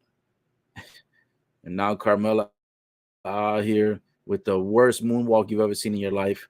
Then doing this stupid hand gesture where she's acting like she's throwing money in the air. Runs into the face of Asuka with her genitals. Way Enoch used to do back in the day. Well, now Asuka's on her feet. Ooh, man, she leaps Carmella in the air. Carmella catches a knee to the face. Asuka goes for the pin, and Carmella kicks out. Surprise. I thought Carmella was going to lose easily that knee to the face. So far, she has not. Corey Graves talking a lot of hype for Carmella, talking about she's been training, exercising, strategizing so that she can make her next big move. Oh, and then both women go outside the ring, get back inside the ring. Carmella gets kicked in the chest, and then Asuka goes running towards Carmella. She moves out the way and pulls the second rope down, and Asuka falls to the outside. And then Carmella comes out of nowhere and kicks Asuka to the face. And now Carmella screaming to the crowd, talking about, "This is who you're going for? This is who you want, Asuka?" So yeah, she's over here trying to hype herself up, give herself self glory, basically. You know what I'm saying? But yeah. By the way, guys, also when I shared the screen, if you noticed, that's how my YouTube page looks. For those of you who are not already, a member, that's what my YouTube page looks like. Again, Ola TV Official is the link. YouTube.com/Ola TV Official, I should say. So you guys can go ahead and always tune in. But yeah, or you can always just tune in however you guys normally tune in. But figured I'd give you guys that information so you know where the shorts is going to be at in case you guys decide that you want to watch some of those shorter clips and shorter videos that I'm going to be posting. All right, so right now, Carmella versus Asuka, current match on the way. We currently have it at commercial break, so wait to see once that comes back. Let me see if there's anything else as far as like WWE news. I'm also wondering when they're gonna bring back Alexa Bliss. I talked about this briefly not too long ago. Alexa Bliss, the last time we saw her was when she had a match, and then when the match ended, kind of like dimmed the lights down, and then on the Titantron they had this thing where she was, I guess, gonna be mentally turning evil and possessed again, which that never developed into anything. So I don't know when she is gonna show her face again. Alexa Bliss potentially, I don't know. I don't know if she was injured actually. Let me Google real quick. Alexa Bliss. I think it was an injury, and that's why she hasn't came back. And they're trying to use it as kind of like a whole build up for something else. But let me see if I can find something. Alexa Bliss. What is this saying?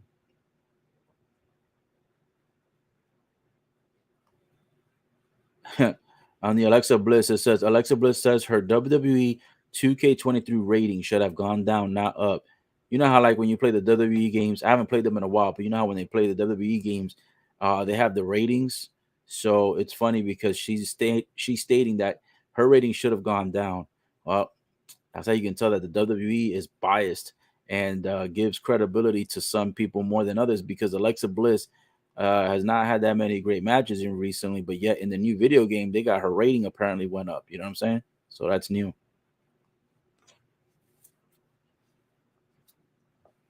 But yeah, sometimes that happens. I remember I used to see video games where like people like let's say like John Cena and Stone Cold used to have some ridiculously high rating that made no sense. And Triple H too. There was one game where Triple H had a 97 rating. I think I was like, bro, Triple H has never been that good. Granted, it's one of the he's one of the guys that was really solid back in the days when it came to the Attitude Era and also even after that. But to rate him a 97, nah, can't give him that high of a rating. But back to Alexa Bliss regarding the cryptic message. They don't have too much information on it. Wondering if she's injured because I thought I read something. Let me put Alexa Bliss. Is she injured? Maybe that'll give me what I was originally trying to look for. Um, what's this? Let me see. Is this article new or is this old? Let me see. Nah, this is an old one. This was like 2019. This one is 5 days ago. Let me see if this one says anything new. This one's February 22nd. Um, yeah, so let me show you what I'm talking about. Share the screen real quick. By the way, this girl, another one. Sheesh. So all I'm gonna say is sheesh. Let me show you guys real quick what I'm talking about. Look at this. This is the article with Alexa Bliss. Man, oh man, look at Alexa Bliss in this photo. Golly, sheesh, what a beauty that is. And they're showing how Uncle Howdy on the side because essentially, this is who Bray Wyatt is still in association with. So I'm wondering if she's gonna rejoin Bray Wyatt because Bray Wyatt has been like kind of transitioning again, into his evil persona, not the one that he just left, but a different version of his evil persona. And here it says, why is Alexa Bliss not on WWE TV right now? Potential reason disclosed. This was February 22nd. Let's see what it says. It says sudden disappearance caused the universe a great deal of concern. Five-time women's champ was on the verge of rejoining Bray Wyatt. Correct. And it says fans fear she might have been injured, but the situation was clarified recently. A few weeks ago, it was reported her absence. So the goddess is currently on a break from wrestling for an undisclosed amount of time. Holy. I did not know that. I thought it was due to injury. Says it was also clearly mentioned that she wasn't injured prior to her hiatus. Bliss was dealing with regular visits from Wyatt's ally Uncle Howdy. Reason for a sudden break from WTV is unknown. One obvious conclusion is that her story is on pause so that the promotion can focus on Bray and Uncle Howdy's arc. The creative team have to make vivid plans to reunite Wyatt and Bliss, who are currently separated by brands. Alexa most recent match ended in defeat against Bianca Belair at the Rumble. WWE gave a teaser of what was to follow as Howdy confronted Bliss after the title match and asked if she was in control. Superstar looked dumbfounded, but wasn't the first time she had heard the sentence. So yeah, I mean, I didn't even realize it's been that. I mean, I know it was a while, but I didn't realize it was all the way back to the Rumble. So yeah, she's been gone for several weeks already. Apparently, it might be due to something personal because it says she's not injured, and it says that she was supposed to realign with Bray Wyatt. So I'm not exactly sure what's going on with Alexa Bliss. She was supposed to have that persona already reunited with Bray Wyatt and Uncle Howdy, but it didn't happen. But nonetheless, right now, the match with Asuka and Carmella finally ended. Asuka got the win, and now Asuka's over here asking for Bianca Belair to come out to ringside right now. She wants to have a one-on-one conversation against with her opponent at WrestleMania. Honestly, I got distracted by the Alexa Bliss stuff that I didn't even see how Asuka defeated Carmella. But nonetheless, Asuka got the victory, so it doesn't even really matter. Carmella's going to continue her losing streak and not really have an opportunity to go to WrestleMania for any match. She keeps losing like this. Oh man, Bianca Belair looking crazy right now.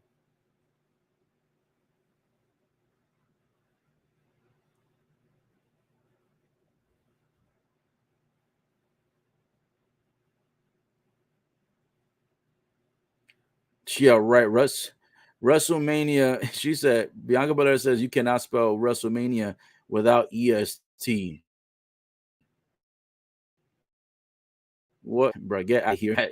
Carmella ends up attacking Asuka, who accidentally ran into Bianca. Well, she had technically attacked both of them, and they kind of like landed on each other. And then Bianca Belair started grabbing her right elbow. She might have landed awkwardly on that, and then Asuka landed kind of awkwardly too. Hopefully, none of the women get injured because that would be a huge disappointment for Carmella to have caused an injury leading to the WrestleMania pay-per-view in about 33 days. So hopefully nothing serious. But I did notice Bianca did grab her right elbow. So hopefully nothing wrong there. Later on tonight, actually, it looks like the tag team match between Becky Lynch and Lita going up against Damage Control is actually scheduled later on tonight. I forgot about that. I thought that was going to be more towards WrestleMania, though. I wasn't thinking they were going to do the title shot on Raw tonight. So looks like we are going to have that tag team match coming up later on. All right, who do we have coming up next? I think we have a match that I don't really care about coming up next. We've got Piper Niven coming out right now. I really hope she's not going to be fighting Candice LeRae or even it looks like it is Candice LeRae. She just fought Candice LeRae's best friend last week, Michin. Now she's going to fight Candice tonight. Man, they don't know what to do with these three girls between Michin, Candice LeRae, and Piper Niven. They kind of have them constantly, they have these two girls constantly facing Piper Niven for the last several weeks. It's like they're trying to build how do I call it? They're trying to build a rivalry between either Michin and Piper Niven or Candice LeRae and Piper Niven, but it's not really successful. It's not working out right now because honestly, it's super boring. No one really cares. Like no one really cares about that rivalry. It doesn't have anything interesting at all that any of us would even really give 2 cents of care for it. Hopefully, they're not going to be in any type of how do you call it? WrestleMania match, because that's going to be the time you get the popcorn. You know what I'm saying? Nobody wants to see Piper Niven versus Candice LeRae at WrestleMania. We've seen enough of that. We're going to see some of that tonight, and we've seen enough of that in the past. And we definitely don't want to see Michin and Piper Niven again. So hopefully, man, whatever happens tonight, this fake rivalry will come to an end, because I'm kind of sick of seeing these girls go heads up. They need to figure something out with them, or maybe put them on NXT or something, try to build them up there. But this is the match, guys, coming up next. Piper Niven, Candice LeRae. It is on a commercial break. Candice LeRae still has not made her way to ringside, but Piper Niven did already come out to the ring, and music has already hit. And we're just waiting for Candice LeRae to get there so we can start this one-on-one women's match. This match is not for anything special. There's no stipulations. It's not like a street fight. It's not a table fight. It's not a ladder fight. It's not a number one contendership for any titles. It's not a qualifier of any sorts. This is just a standard one-on-one match. So, I don't see this match being too great, but this is what they presented us with. So this is the match that's coming. And I'm surprised this match wasn't earlier in the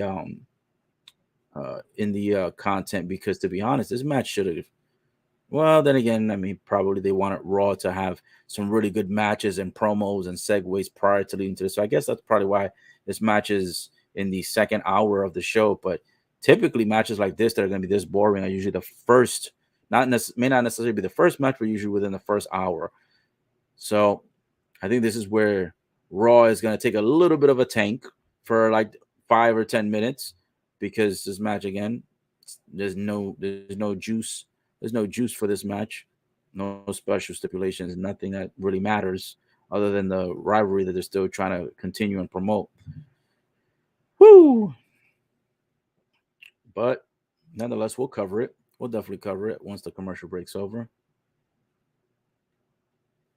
I'm not gonna lie, I'm ready for some food, but we still got about 80 to 90 minutes left of Raw. Man, I don't know. I should probably take a quick break to make my tuna fish sandwich during this match. This match is probably gonna be boring, if I'm being honest. It's Piper Niven versus Candice LeRae. I don't think anybody's gonna care too much about this match.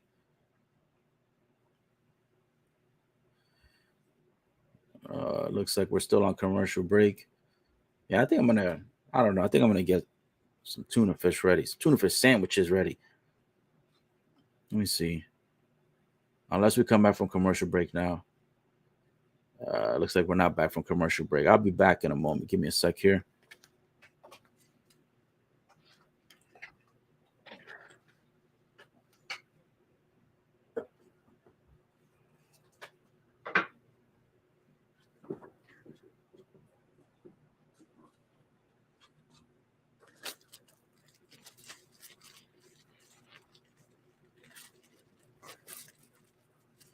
I ain't gonna lie to you guys. I'm gonna probably make me a nice little tuna fish here, and you can probably hear the bread.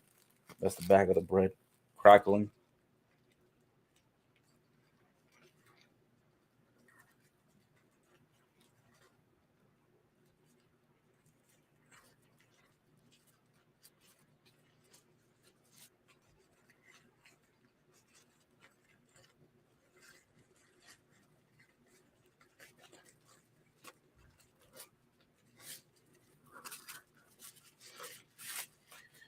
Yeah, it looks like this match coming up next here is gonna be Candice LeRae and yeah. Oh, and we got Nikki Cross coming to the ring, following Candice LeRae to the ring. I ain't gonna lie, Nikki Cross looking kind of cute tonight. Oh, Lee, she look like she lost some weight. Holy, I think I want to watch this match now.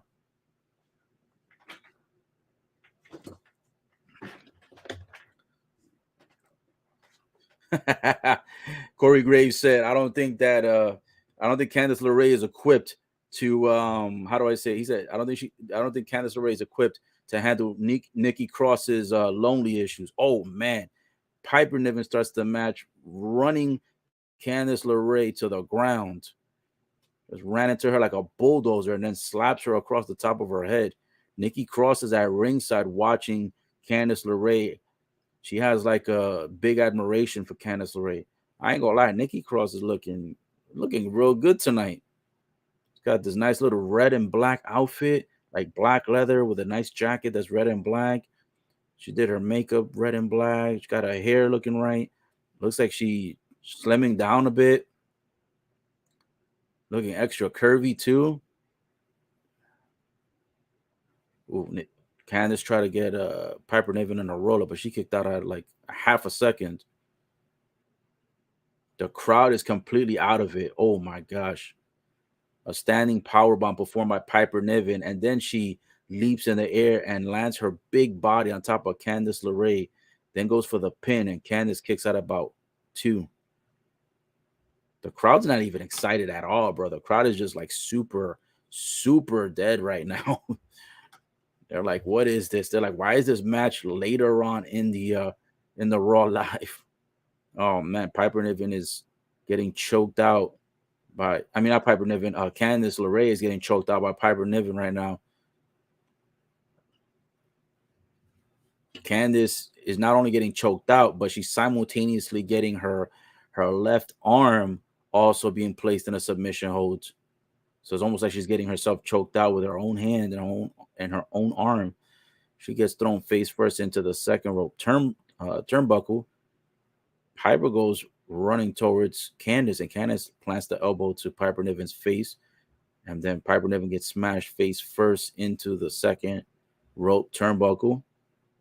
Oh, man. And Candice was on the third rope trying to go high risk and got chopped across the chest by Piper Niven's massive hand. And Candice just rolls off the third rope and falls. Now Nikki Cross looking real concerned that Candice is getting beat up right now. Oh, man. And Piper Niven grabs Nikki Cross by the hair and flings her she flings her mid-air and slams her into the barricade. Oh, and Candice LeRae rolls up Piper Niven and wins the match in 3 seconds. And Nikki Cross with a big smile on her face, proud of the fact that not only Candice LeRae won, but that Candice LeRae wins because of Nikki Cross's distraction. Holy smoke. Candice LeRae finds a way to get a victory over Piper Niven in a 3-minute match. Might have been less than that. But the way Nikki Cross caught the beast, like Piper Niven grabbed Nikki like this from the hair and goes just completely threw her across the barricade mid-air by the hair. That had to hurt not only her scalp, but her back also, the way she smacked into it. Man, Nikki Cross with the distraction helping Piper Niven to lose, giving Candice the victory. That was a pretty funny ending. Now Johnny Gargano backstage being interviewed by Byron Saxton.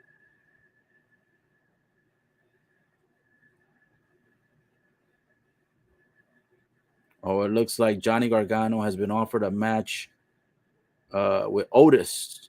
So that's going to be later on tonight, more than likely. We got Judgment Day pulling up. Damian Priest talking some Spanish. He goes, for real? Who is this guy? And then Dominic over here. Dominic talking smack to Johnny Gargano as well.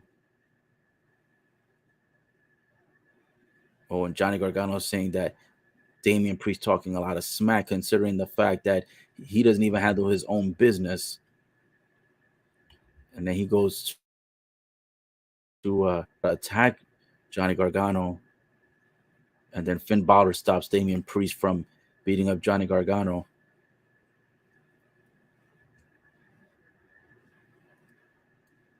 Oh, and now the Prince, aka Finn Balor, stops Damian Priest from beating up Johnny Gargano, but then he says that he will fight Johnny Gargano next week on Raw if Johnny can find a way to defeat Otis tonight. He says if Otis doesn't finish eating you up, pause, no pun intended, and doesn't get the job done this week on Raw tonight, he says he opens a challenge to fight Johnny Gargano next week. So more than likely, you know what's going to happen. Johnny Gargano is going to defeat Otis tonight. And then next week, you're going to have Johnny Gargano going one-on-one more than likely against Finn Balor. So that is the stipulation in that match. That made that match just a little bit more interesting and exciting. And that match against Otis will be tonight.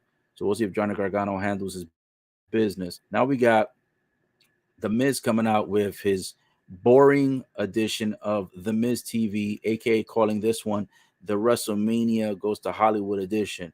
Now I will say this, even though I can't stand The Miz, think he's such a boring act, and also I don't think he's ever been a good wrestler in my opinion. Some people like him, some people respect him, I don't. However, nonetheless, putting my personal opinion aside, The Miz is actually dressed up tonight, and the suit, I gotta say, gotta give him props. The suit is a 10 out of 10. The suit is looking on point. So yeah, at least he's looking the part. He's looking the part for his presentation tonight of The Miz TV, aka the WrestleMania edition of The Miz TV. Right now it is on a commercial break. So while it's on a commercial break, since the women's match lasted less than 3 minutes, I'm going to go ahead and turn the camera off for just a sec. Not going to turn the live stream off, though, but I'll be right back. Going to start getting on these tuna fish sandwiches here to start prepping it up for myself. So I will be right back.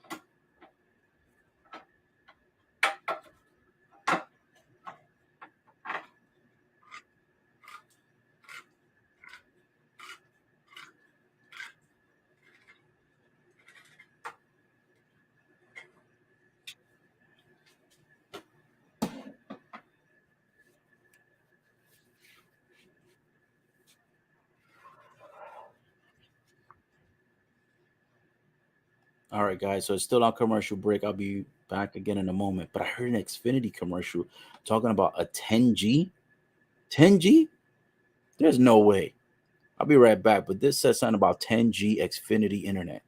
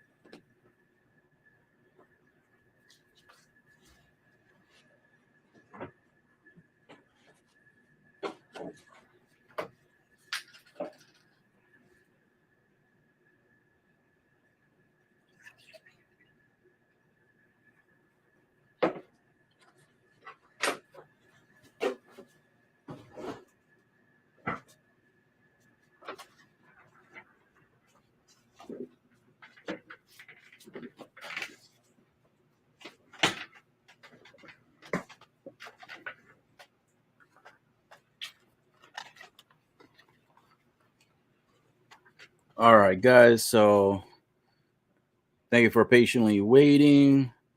I was just getting some tuna fish prepped up. Show you guys the bowls right here. I just gotta mix the mayo in with the tuna. About to be grubbing on this soon. And I think we're back from commercial break finally. I got the Miz TV is on right now. Let's see what this guy has to say.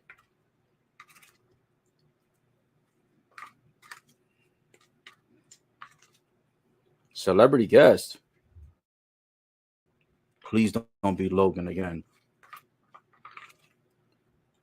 Well, it's weird because he's supposed to be announcing what she gave. Or when I mean she, I mean I'm listening and talking ahead of the game. But last week, Maurice gave the Miz. Hold on a sec here. So he's saying that his wife Maurice is really gorgeous, and that she gave him 2 kids, and that last week she gave him a gift, and the gift is life changing. We still don't know what it is because the gift was provided last week on a card, but he never read what was on the card. So we're gonna see right now. Oh no! They said this guy's the host of WrestleMania 2. Who is this? Please do not be Logan Paul. Oh my gosh, I'm gonna lose it. This guy's a part of WrestleMania again. I'll take Bad Bunny, of course. Yeah, right. The Miz is presenting himself as the host of WrestleMania. What? This guy presenting himself as the host. This guy is ridiculous. Oh my gosh.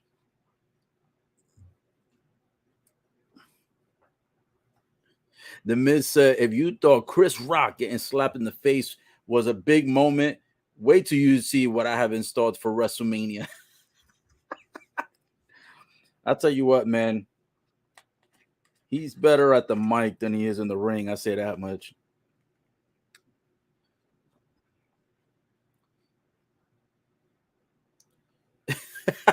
He said WrestleMania goes Hollywood, not WrestleMania goes YouTube, taking a shot at Logan Paul.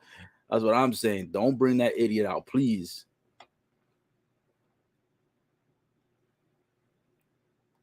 Oh, man.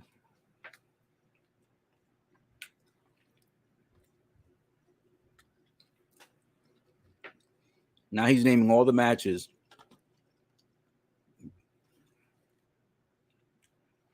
So my Oscar versus Bianca, Charlotte versus Rhea, Cody Rhodes versus Roman Reigns.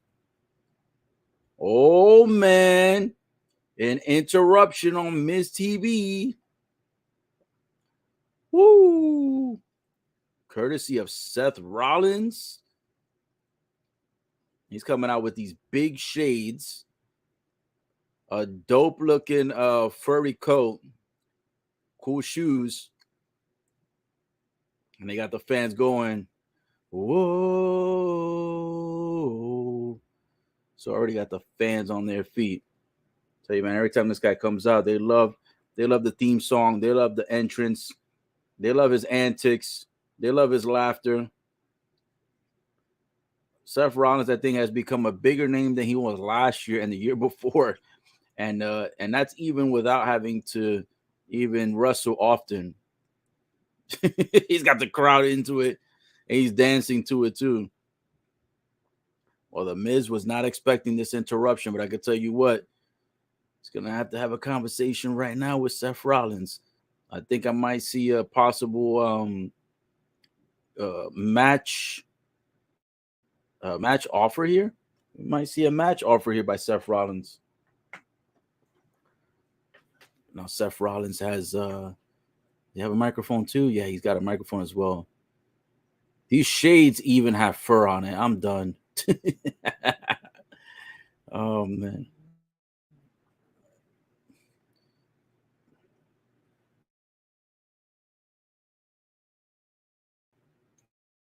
The me trying to chance Seth Rollins.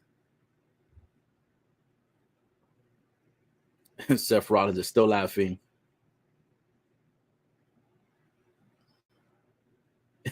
He's trying to shut the crowd up, and they're still going at it. And Seth Rollins is dancing to the chants. Now he laughs. Now he's laughing at the Miz. The Miz is so aggravated.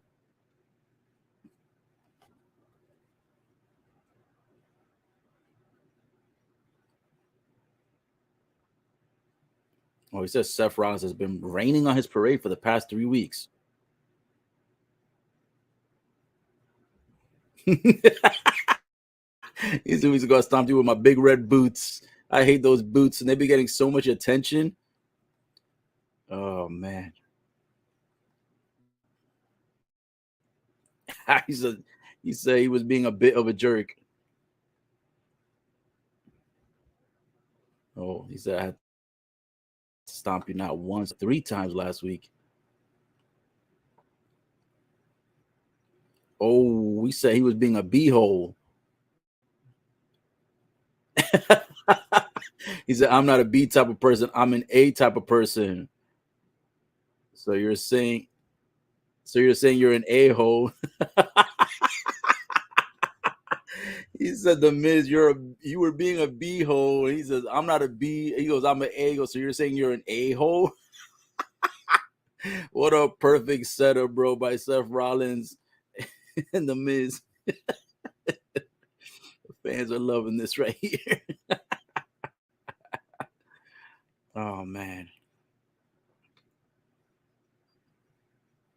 Oh, no. Seth Rollins says he's trying to get a hold of Logan Paul. Come on. Don't do this. Please don't set this match up.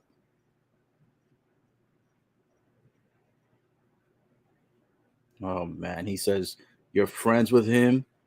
He says, you have his phone number. You wrestled with him.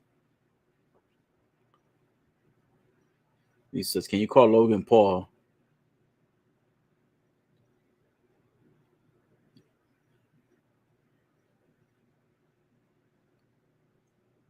Oh, man.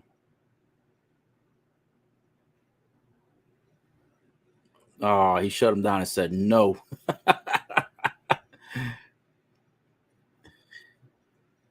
Oh, man. Sheesh.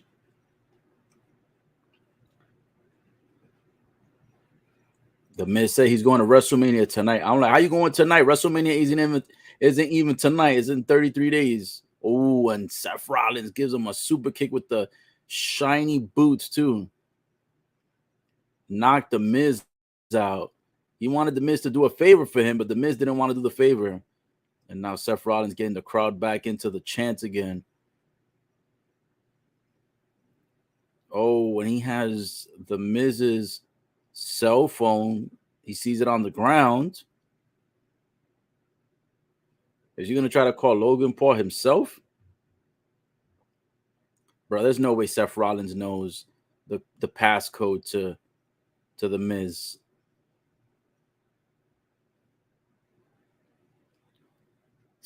That was probably a fake phone. He took a picture of the Miz while he was knocked out.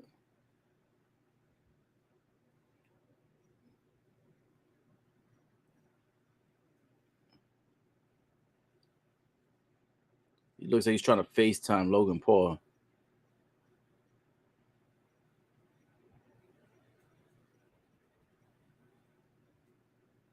Oh, man. It's ringing. It's on the microphone.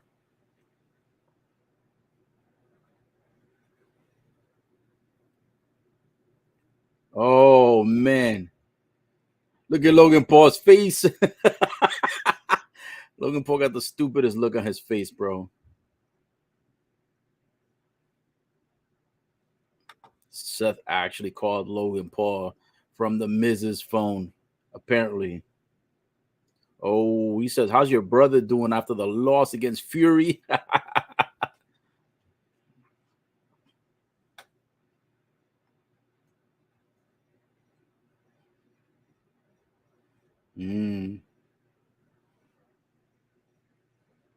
Seth Rollins issuing Logan Paul a challenge to show up next week on Monday Night Raw.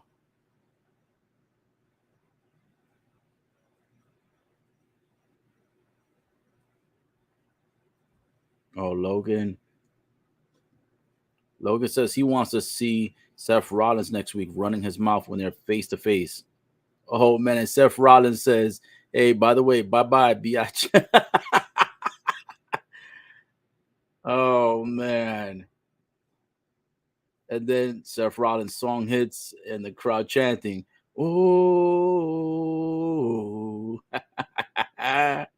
woo!"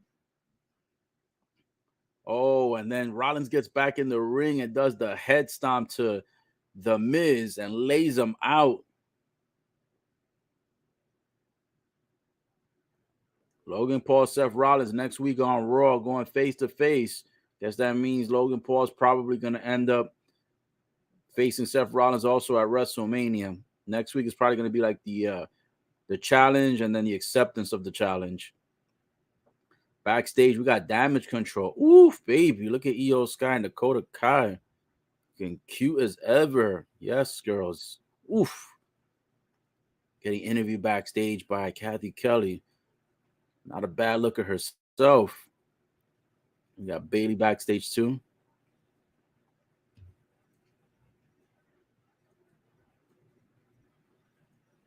Dakota Kai looks like she doesn't have crutches this week. So looks like that injury she's had for about 3 or 4 weeks is finally healed.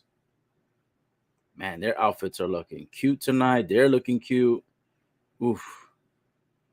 Io Sky and Dakota Kai. Bayley's over here talking about how these women holding these titles, it's their legacy. And she believes they're going to retain tonight and they're going to continue forward as champions.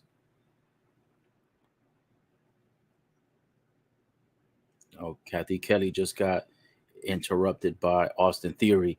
Austin Theory says, "You interviewed the women's tag team champions, but now you've got to interview me, the greatest champion, the U.S. champion." He says, "I'm not talked about enough. My achievements, my accomplishments." He's like, "You know what's everybody talking about? John Cena." Oh, that's right. They were hinting at John Cena and Austin Theory. That's why John Cena's coming next week. Pause, no pun intended. That's why John Cena is supposed to be here on Raw. More than likely he's gonna issue the challenge to the U.S. champ. I don't know if it'll be for the title, but it'll definitely be more than likely John Cena versus Austin Theory. So next week we're gonna find out what happens. Austin Theory right now defending his own honor, his own legacy, his own U.S. championship, boosting his own ego right now, and rightfully so, because the guy has been a great champ thus far.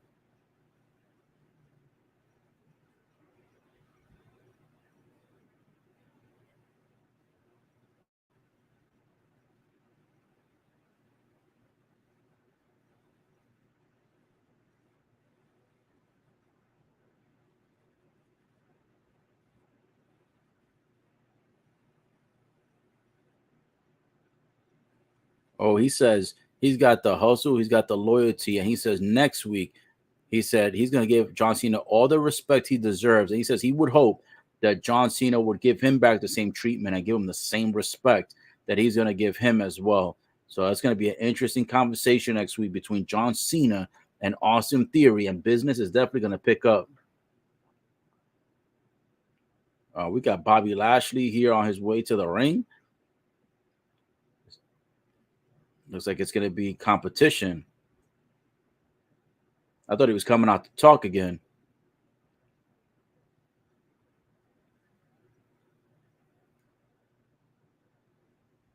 Bobby Lashley out here, all business. He gave a couple of hands to some of the refs. Look at me, the refs.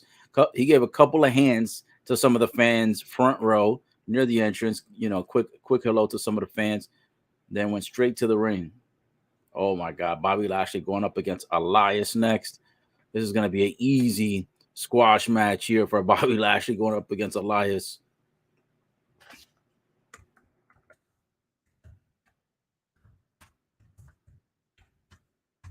Bobby Lashley, Elias, I'll tell you what, man.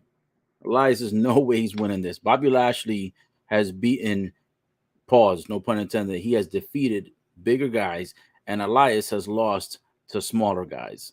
So I don't see this happening. But it is a commercial break. So I'm gonna take a quick, set up a couple of sandwiches and take a quick quick bite here. Be right back.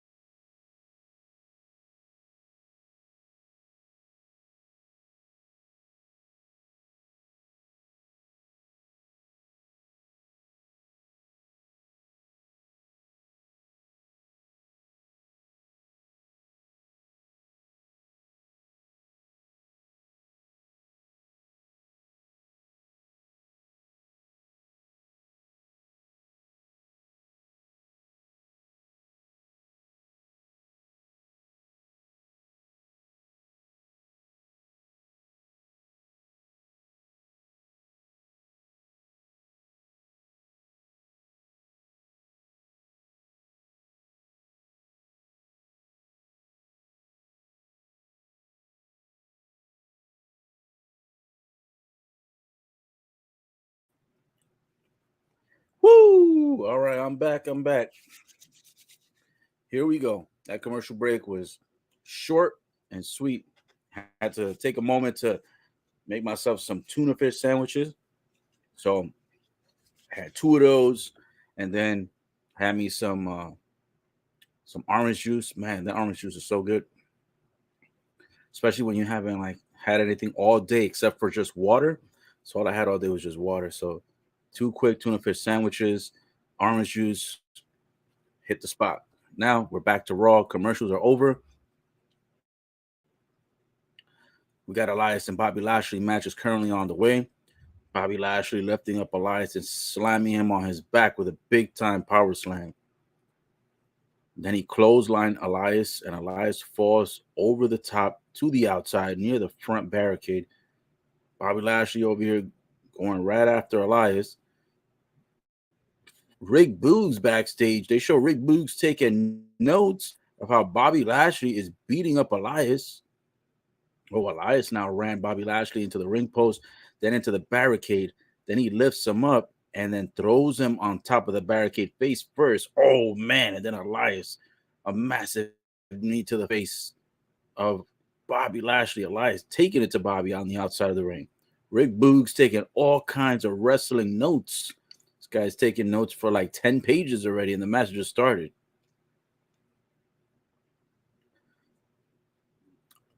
Bobby Lashley with a flat liner that lands Elias face first into the ground. Oh, man, and Elias gets caught in a nasty spear. Takes out Elias. Here we go. Going for the Hurt Lock. And Elias started tapping on the Hurt Lock before it even got locked in. That's how tight the Hurt Lock is. He couldn't even handle the Hurt Lock getting locked in.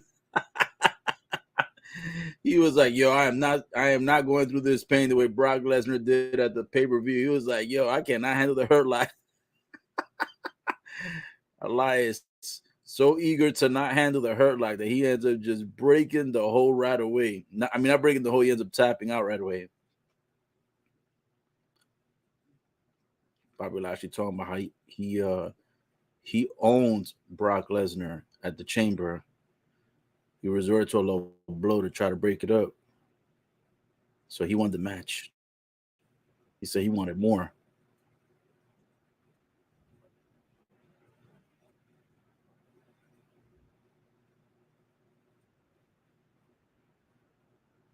Bobby says, after defeating Brock Lesnar, now he's got to deal with Bray Wyatt's kid games. He says, I don't play kid games. He says, I'm the almighty Bobby Lashley. Oh, he says, Bray Wyatt, keep my name out of your mouth or I will hurt you.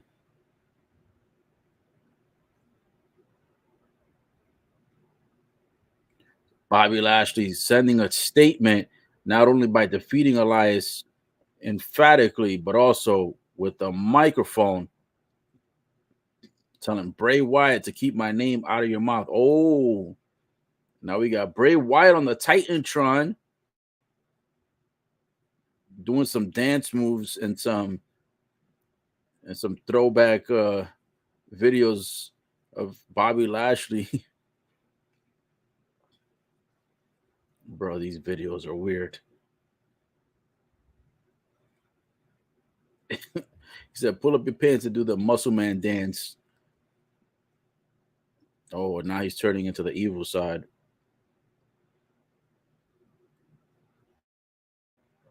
Bro, this Titantron video with Bray Wyatt and Bobby Lashley is so weird.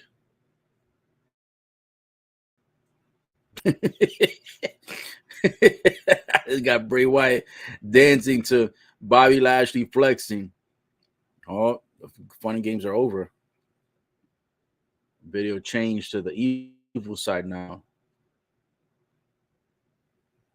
Oh, now he said on the Titantron, you should. Bobby Lashley getting more aggravated.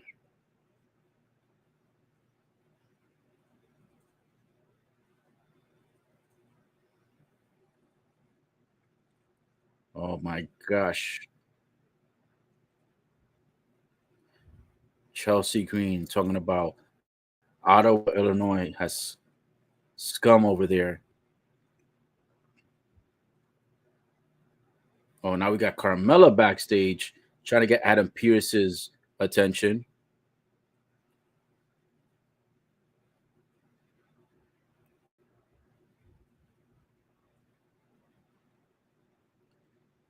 Adam Pierce says that Carmella has got a match next week against Bianca Belair.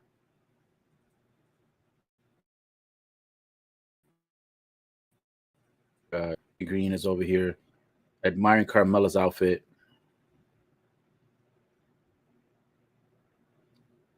Oh, brother. This Carmella and Chelsea Green conversation here sounds like they're going to end up being a tag team one day. Pretty much they eating out of each other's own booties. Otis coming out here to have a match, and he's coming out with the maximum male models. So he's coming out with both members of the maximum male models and alongside with the manager. So she's out here too. And I guess Otis is maybe, I don't know, Otis, even though he's got the Alpha Academy music playing and he's got the Shoes Please, which is the intro of Chad Gable. He's coming out with that entrance still, but it seems like they're going to transition maybe Chad Gable and Otis to be going their separate ways because Chad Gable lost tonight. Otis was not paying any attention in the match, and then he got thrown over the barricade during the match as well, courtesy of Cody Rhodes. And then you have this match coming up here, or I don't know if it's a segue, but something's coming up here in a moment.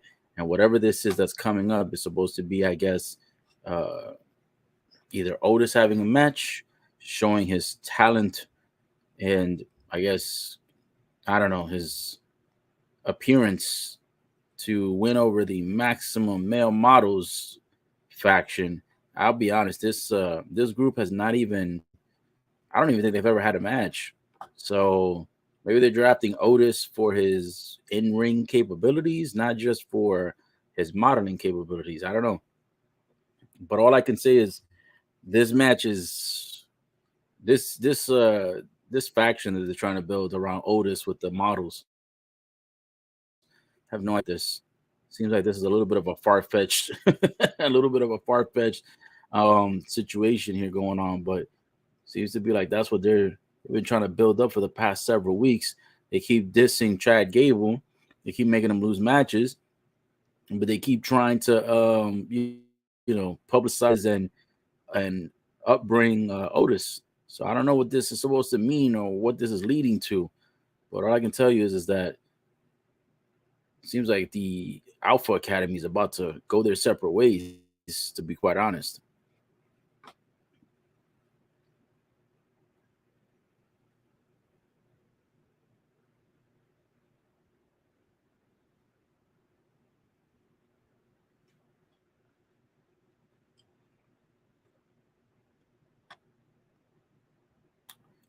Well, looks like we're on a commercial break here, so I'm very interested to see if Otis is actually going to win this match against Johnny Gargano.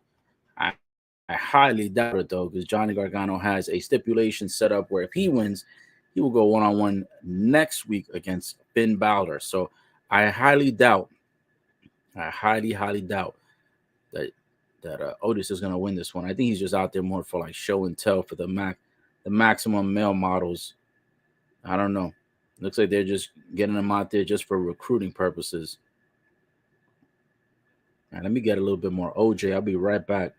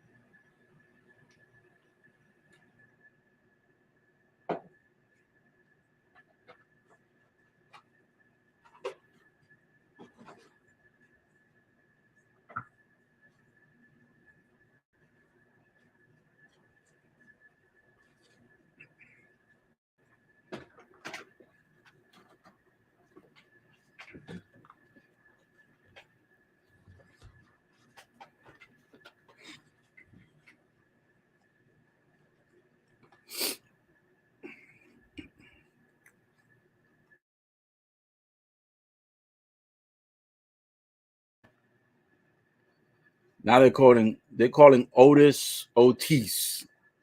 That's supposed to be his I guess that's supposed to be his modeling name. Bro, they even got Otis coming out in different type of ring attire. It's like similar to what he usually wears, but slightly different.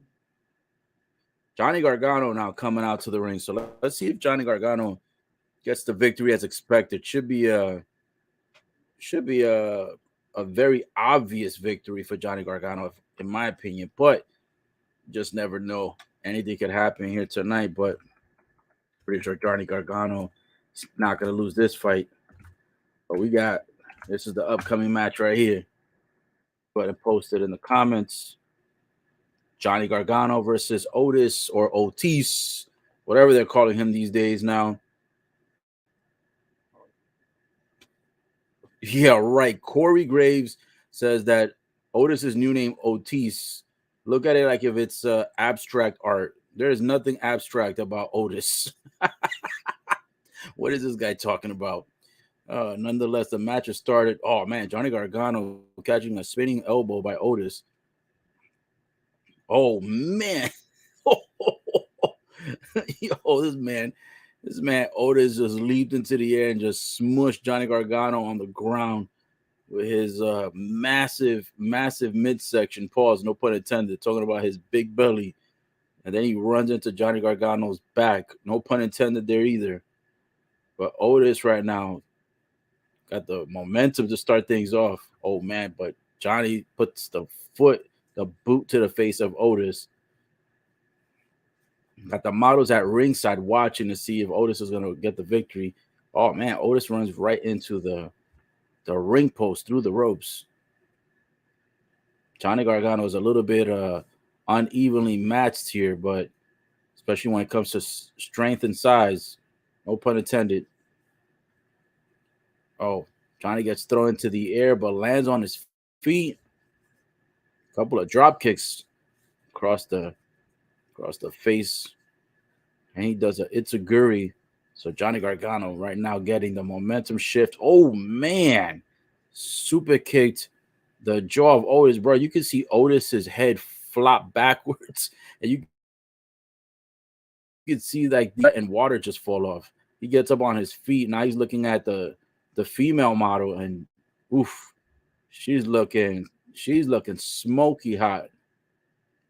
I guess that was the inspiration Otis needed because Johnny Gargano leaped over the third rope and then lands on Otis, and Otis slamming Johnny into the desk.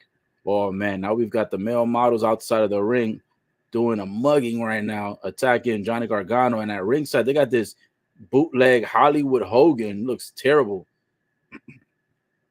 Oh man, one of the male models is starting to get attacked and choked out by Dexter Lumis. Gargano puts the super kick to the other one. Now Johnny Gargano staring at the female model, and Otis says, "Oh, you better stop looking at her." Otis started getting jealous. Johnny Gargano kicks Otis in the face. Oh man, Johnny Gargano DDTs Otis through the second rope, landing the face of Otis into the outside apron. Sheesh. Oh man, then he leaps over the third rope and catches Otis in another DDT, pins him, and gets the quick, easy victory. A squash match and a squash victory by Johnny Gargano. I mean, I knew he was going to win. I think it was going to be that fast and that easy. I guess a distraction by Dexter Lumis was enough to distract the male models. The female model never got involved. Otis ended up catching two massive DDTs and loses this match in emphatic fashion, thanks to Johnny Gargano. And again, as I stated, Johnny, of course, had to win the match because more than likely they want to see Johnny Gargano versus Finn Balor. But I'll say this, Johnny did not get really too much of a pop when he came out to the ring. He also didn't get much excitement from the fans while he was in the match with Otis. And then he also didn't get much of a pop when he won the match or when he did both DDTs. Now he's trying to give a thumbs up to the fans, and the fans still don't care, still not showing love, and still not showing any support. So Johnny Gargano not really winning the publicity and not winning the popularity points with one. Maybe the crowd is restless. Maybe this crowd is like they don't really care about Johnny Gargano. But whatever the situation is, the crowd was not impressed by Johnny Gargano's performance here. Oh, the special counsel is here tonight, for Roman Reigns, aka Paul Heyman, and Paul Heyman is here tonight without the WWE Universal Championship titles. He's been on, Raw and SmackDown with both of the titles, even while Roman Reigns wasn't around. But tonight is different. Tonight, Paul Heyman has none of the titles while he's being interviewed by Kathy Kelly.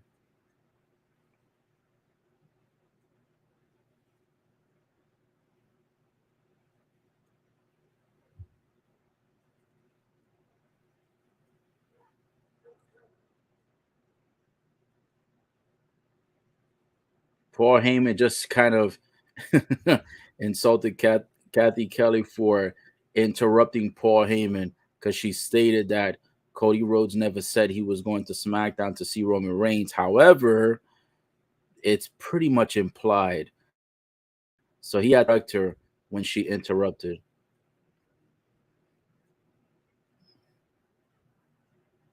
Man, I'm not gonna lie, I don't know what's going on, but Paul Heyman's teeth is looking crazy.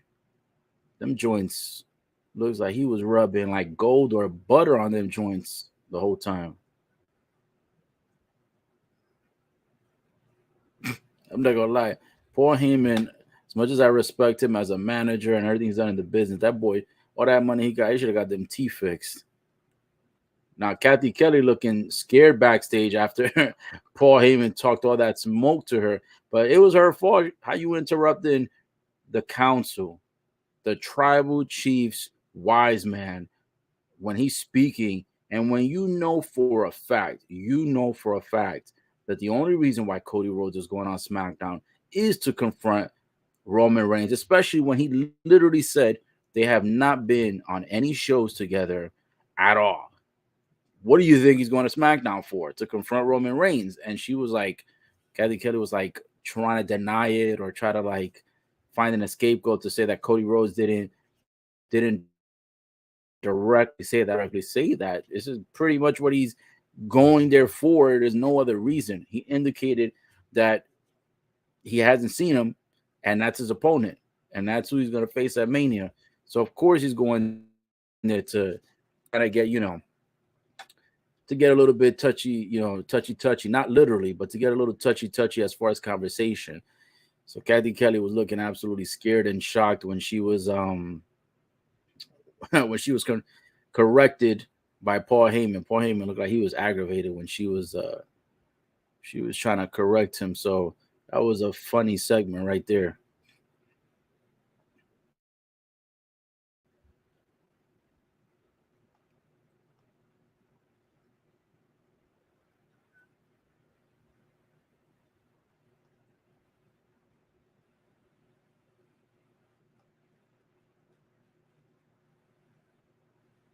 All right, well, it's a quick commercial break again. Well, how much we got left on this segue? Let me see what the time is. Looks like it's 10:31 my time, 10:31 Eastern. So it's about 29 minutes to Raw. And lately, Raw has, just like SmackDown, has slowly been reducing the time that they turn their content off, because lately Raw has been finishing like 2 minutes early and SmackDown has been finishing 2 minutes early. Usually SmackDown goes 1 or 2 minutes over, and Raw usually goes about 7 or 10 minutes over.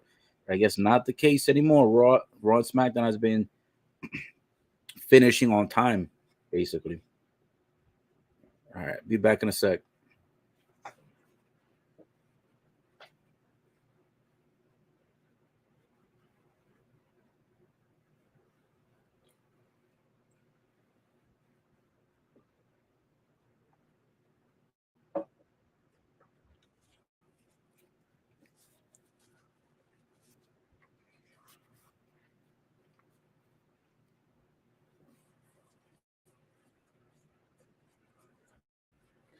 Woo! I'll say this much, man. That orange juice, so good. Not just because Not just because I was, of course, thirsty, but man, been stuff lately like Kroger. Oh man, gotta go shopping there more often. Their orange juice, their bread, their eggs, phenomenal. A1. You can actually tell the difference between that, say, Walmart or something like that. Whew. It's also better price too. But back to the action. Let me see. WWE Raw. Looks like we're still on commercial break.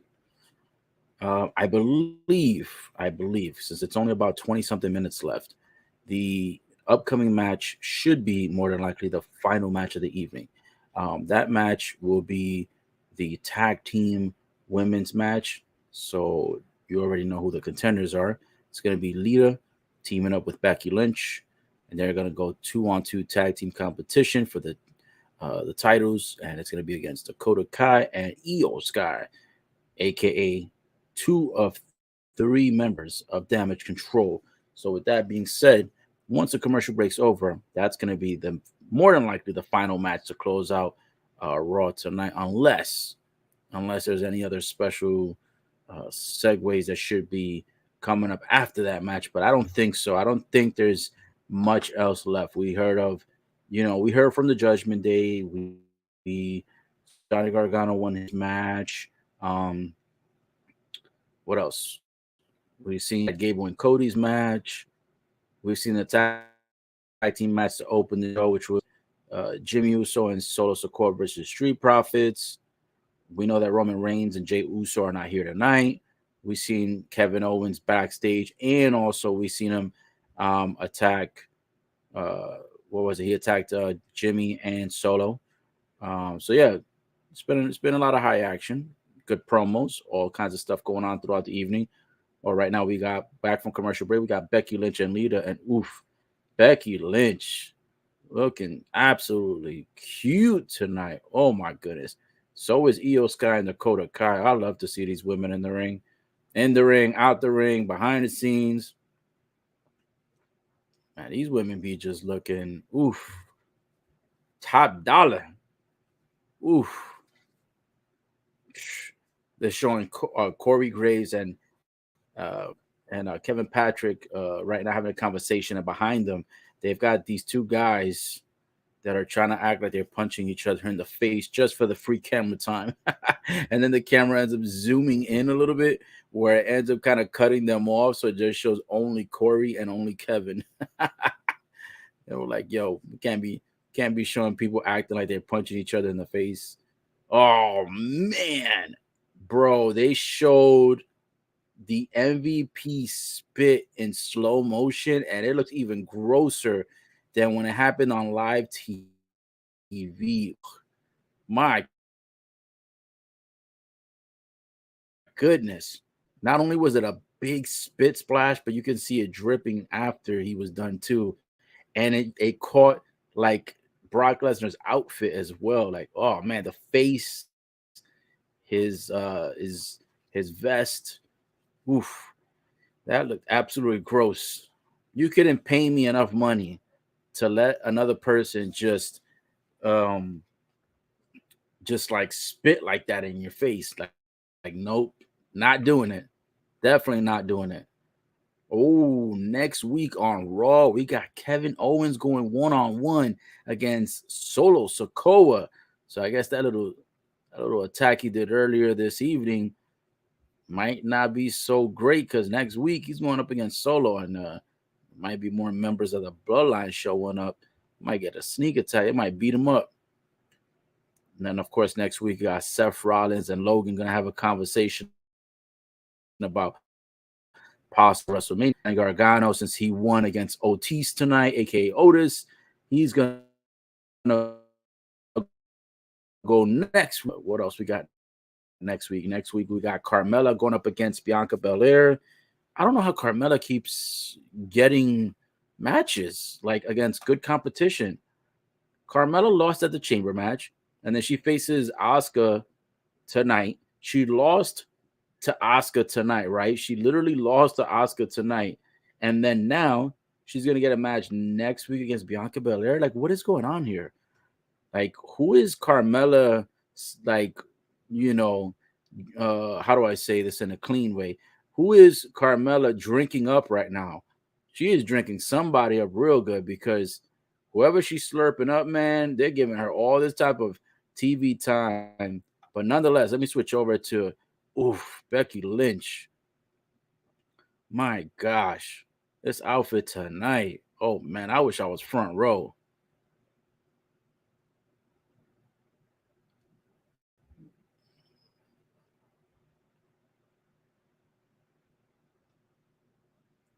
Yo, Becky Lynch. Yo, there was this kid front row, right? And he was trying to get Becky Lynch's attention, right? He was like, he's a little kid though, probably like what, maybe 10, 12 years old, trying to get her attention. So he got her attention for a second, gave her a marker, wanted her to sign it. She kept trying to grab the marker. I guess he kept trying to give it to her, but it kept slipping.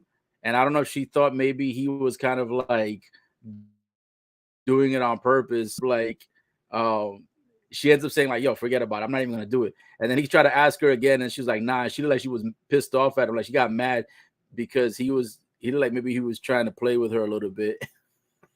And then Becky Lynch was like, "Nah." And then he started screaming out to her something, and then she like ignored him, and then she went and said hi to the other fans that were front row near the entranceway. That was such a weird segment because like he was trying to give her the he was trying to give her the marker to sign his big poster or whatever he had there, and she was gonna do it at first, and then she just denied him. That was funny. Oh man, but anyways, yeah, Becky Lynch after that waited for Lita to come on. Then they started kind of, getting each other hyped during Lita's music, and then ran into the ring and went to the ropes, hyping each other up. So will we see new WWE Women's Tag Team Champions? That's going to be interesting to see. That's going to be more than likely the closing match. So right now we're on commercial break. So let me take a moment to post the contenders of this match. You've got but Becky Lynch looking oof. Can't say it enough. Becky Lynch. Becky Lynch, she is looking sensational tonight.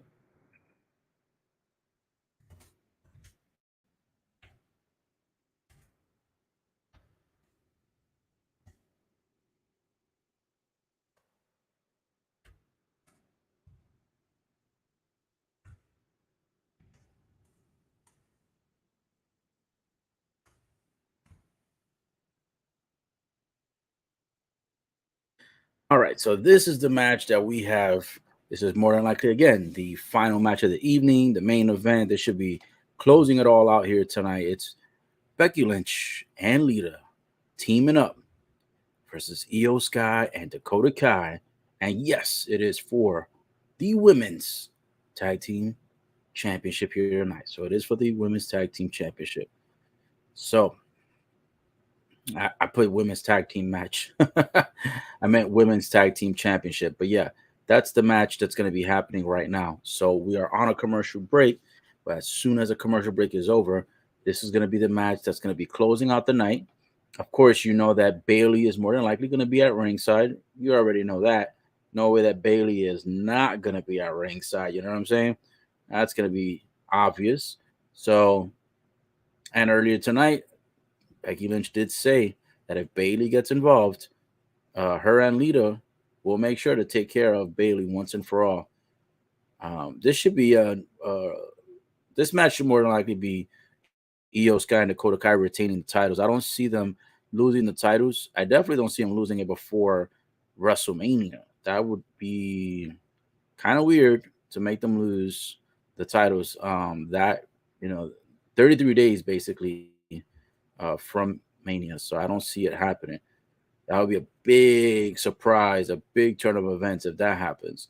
So we'll definitely see how this all turns out. But I'm pretty sure Dakota Kai and Io Sky retain it tonight. I don't see any reason why they would make them lose the titles.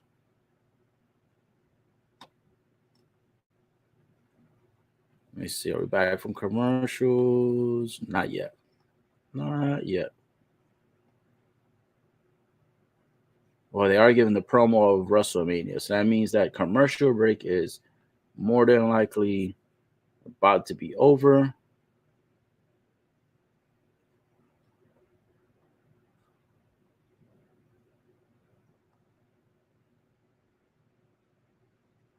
I really was hoping that Logan Paul was not going to be part of WrestleMania this year, but they always got to lure him back in. They always got to have him involved some way, somehow, either with, you know, either with somebody like The Miz or Seth Rollins or whatever. It's just super annoying.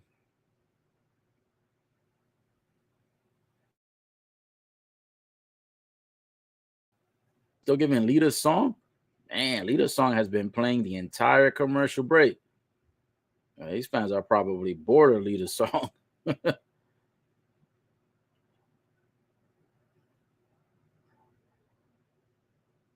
they got the camera on Lita and Becky Lynch. Oh, now Damage Control's music is playing. Here we go. Dakota Kai, Io Sky, and Bayley all coming out. And again, Dakota Kai looks like she is fully healed right now from that injury.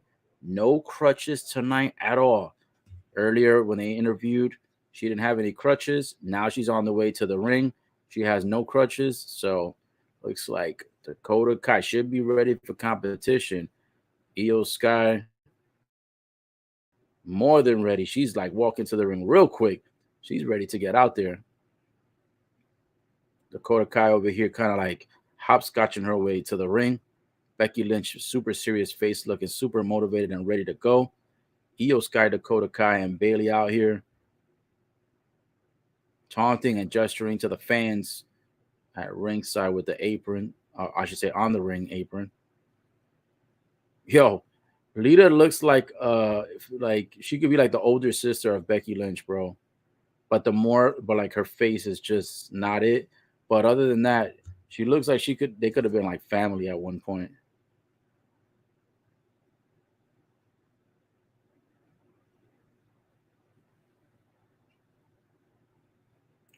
Corey Graves brought up a good point. Becky Lynch be winning a lot. Oh, here we go. Announcements. It's been a while since we've seen Dakota Kai and Io Sky working together in a tag team match, considering that Dakota Kai was injured for so long.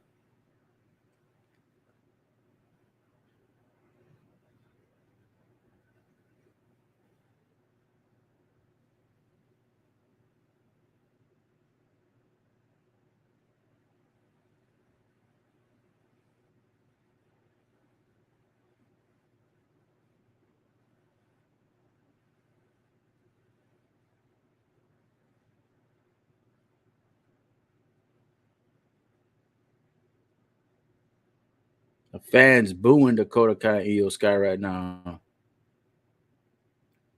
Bayley's the only one in the building right now cheering on Damage Control. Everybody else is booing them.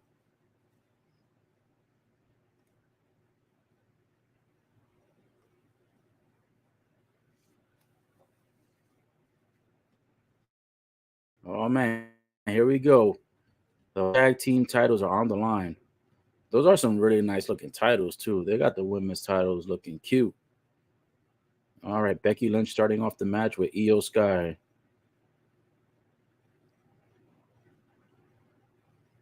Becky was looking over at ringside where Bayley was located. Now she's got her eyes set on Io. Headlock on Io Sky. Becky gets thrown to the ropes.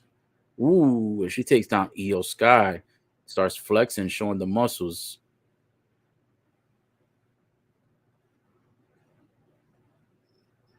Got some Becky chants in the crowd. Oh, Lita's over here looking for a possible tag. And Io Sky goes to her corner.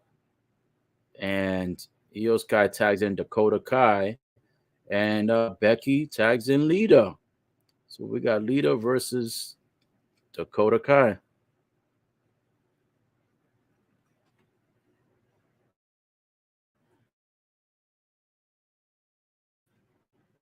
Starts it off Dakota. Dakota is taken down by Lita. The crowd chanting, "Let's go, Lita." Lita tried to get a twist of fate and Lita gets shoved to the corner. Io Sky gets tagged in. Lita tags in Becky Lynch. We got Becky and Io Sky in the ring. We got a double suplex here, a tag team suplex by Lita and Becky Lynch on Io Sky. Becky Lynch and Io Sky kicks out. So right now, Lita gets tagged back in again. A tag team on Io Sky, and they flip her over and land her on her back. And now Dakota Kai try to interfere. She gets flipped over. And now Lita and Becky Lynch both running to each individual corner, taking out Dakota Kai and Io Sky. Now Io gets thrown over the corner where Dakota was at. And Lita leaps over the back of Becky Lynch, and she barely makes it to the corner where Io Sky and Dakota Kai were located. I'm not gonna lie to you guys, Lita looking a little bit sluggish, and she looking like she could barely even run. She kind of looking like the female version of Stone Cold when Stone Cold had that match and he came back and he looked terrible. I think it was it Kevin Owens? He looked absolutely terrible. Oh man, Lita going to the top. Lita was about to go high risk. She ends up tagging Becky Lynch. Ooh, and Becky Lynch with a nice forward flip off the apron that takes out Dakota Kai and Io Sky. And then Becky Lynch gets the crowd excited, talking about we're going to be the tag team women's champs. I don't think Lita could really wrestle anymore, if I'm being honest. She's kind of moving like I don't want to say it, but she's kind of moving like an actual like an old lady. Like she is much older, of course, and she's actually showing signs of it. Just like when Stone Cold was showing clear signs that he just couldn't wrestle anymore. He won the match, of course, but I think that's the only reason why they did it. They didn't want him to have his final match where he had a loss because his final match was against The Rock, and that was a loss. So they needed him to try to officially try to end his career again on the up and up. But that match doesn't count. That victory is whack and it doesn't count. Um, don't go look terrible against Kevin Owens. I believe it was Kevin Owens. That's how Lita's looking tonight. She's looking like this is not a good return match. And it looks like it's something that she probably should have just left alone. I don't think they're gonna win the tag team titles with the way she's looking this sluggish. If I'm being honest, I don't see it. I don't see it happening.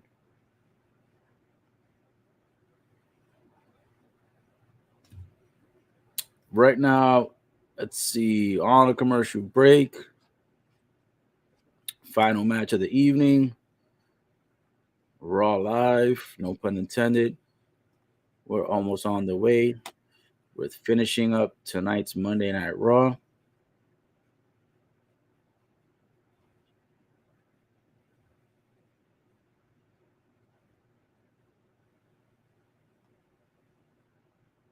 Yeah, so this is gonna be interesting. Interesting SmackDown coming up this week, and also it's gonna be very interesting the Raw coming up next week.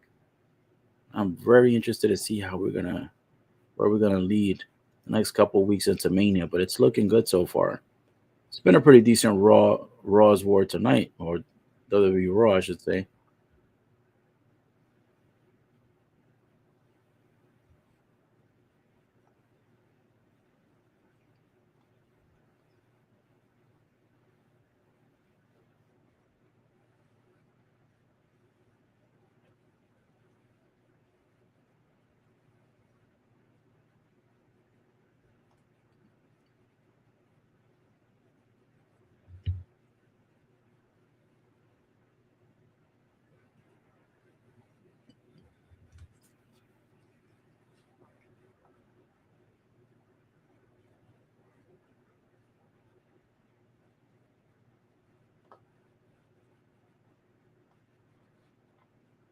Mm, Still on the commercial break. Yep, I'll be right back.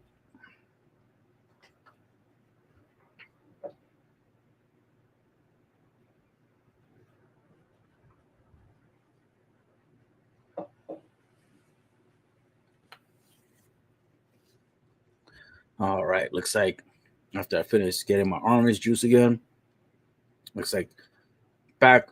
Monday Night Raw. Here we go. Becky Lynch is in the ring right now doing most of the work.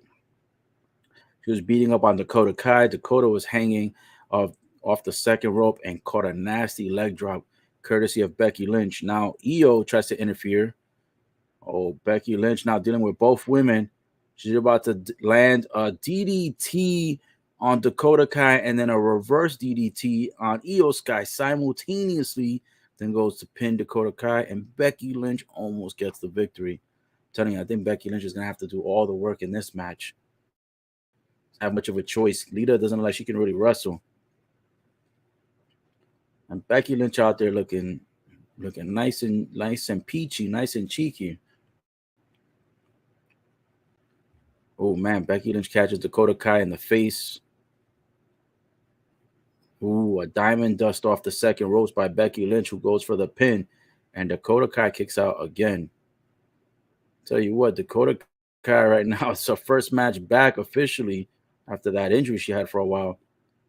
And Becky Lynch is really giving her the beats.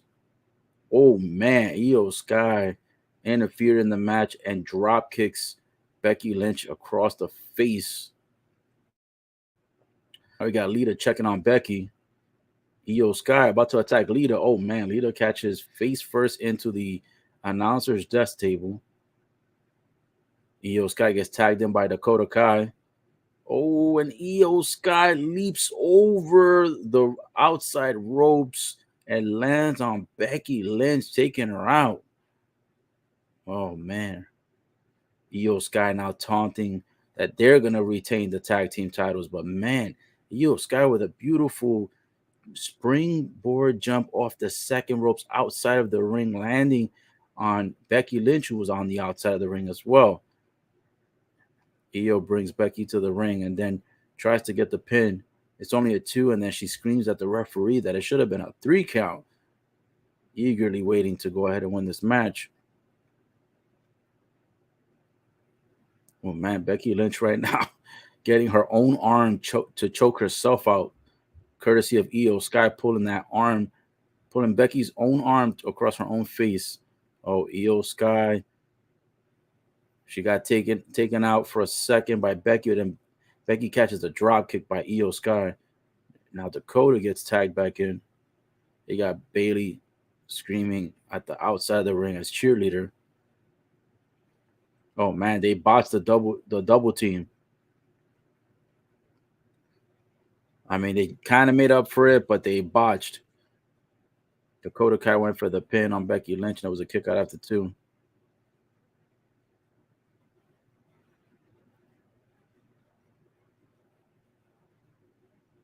They had tried to start a nice little double tag team move, and they kind of like messed it up. Ooh, man. But Io Sky, they showed the slow motion when she did kind of like the Seth Rollins stomp. She did it onto Becky Lynch's back, catching her in the lower spinal cord area. Scorpion kick by Dakota Kai, and then she does a little flex. Goes for the pin. Becky kicks out after 2. Wasting time over there flexing on her. All right, looks like we're going to have the women's tag team match definitely closing it out tonight. It's only about 3 or 4 minutes left of Monday Night Raw. And they definitely love closing out their shows now with the women's matches a lot, especially on pay-per-views. Dakota Kai throws Becky into the corner. Becky's trying to get a tag. Io Sky gets knocked out by Becky, and then Becky and Dakota Kai run into each other with a double clothesline on each other, and they end up knocking each other to the ground. Now Becky Lynch over here trying to get a tag with Lita. Lita hasn't really done anything in this match. Been bothered having. Oh man! You had Bayley throw the title in. Bayley threw the title in the ring, which momentarily distracted the ref. And then when the ref went to throw the title out, Bayley ran to the other side of the ring and she took down Lita. Lita's knocked out. Now Io Sky and Dakota Kai land a double tag team move on Becky. Oh, but Becky Lynch stays alive. I'll tell you what, man, the camera angle has got the camera guy has got the right angle showing Becky's Oof. Wait, who's this? There's no way. Trish Stratus? Are you kidding me? And Trish Stratus out of nowhere. Lita's ex-best friend, Trish Stratus. Trish Stratus. Holy. Trish Stratus out of nowhere attacking Bayley. Oh, and the fans are like, holy wow, you got Stratus faction on Monday Night Raw here tonight. Oh, Dakota gets tagged in. Becky Lynch takes her down.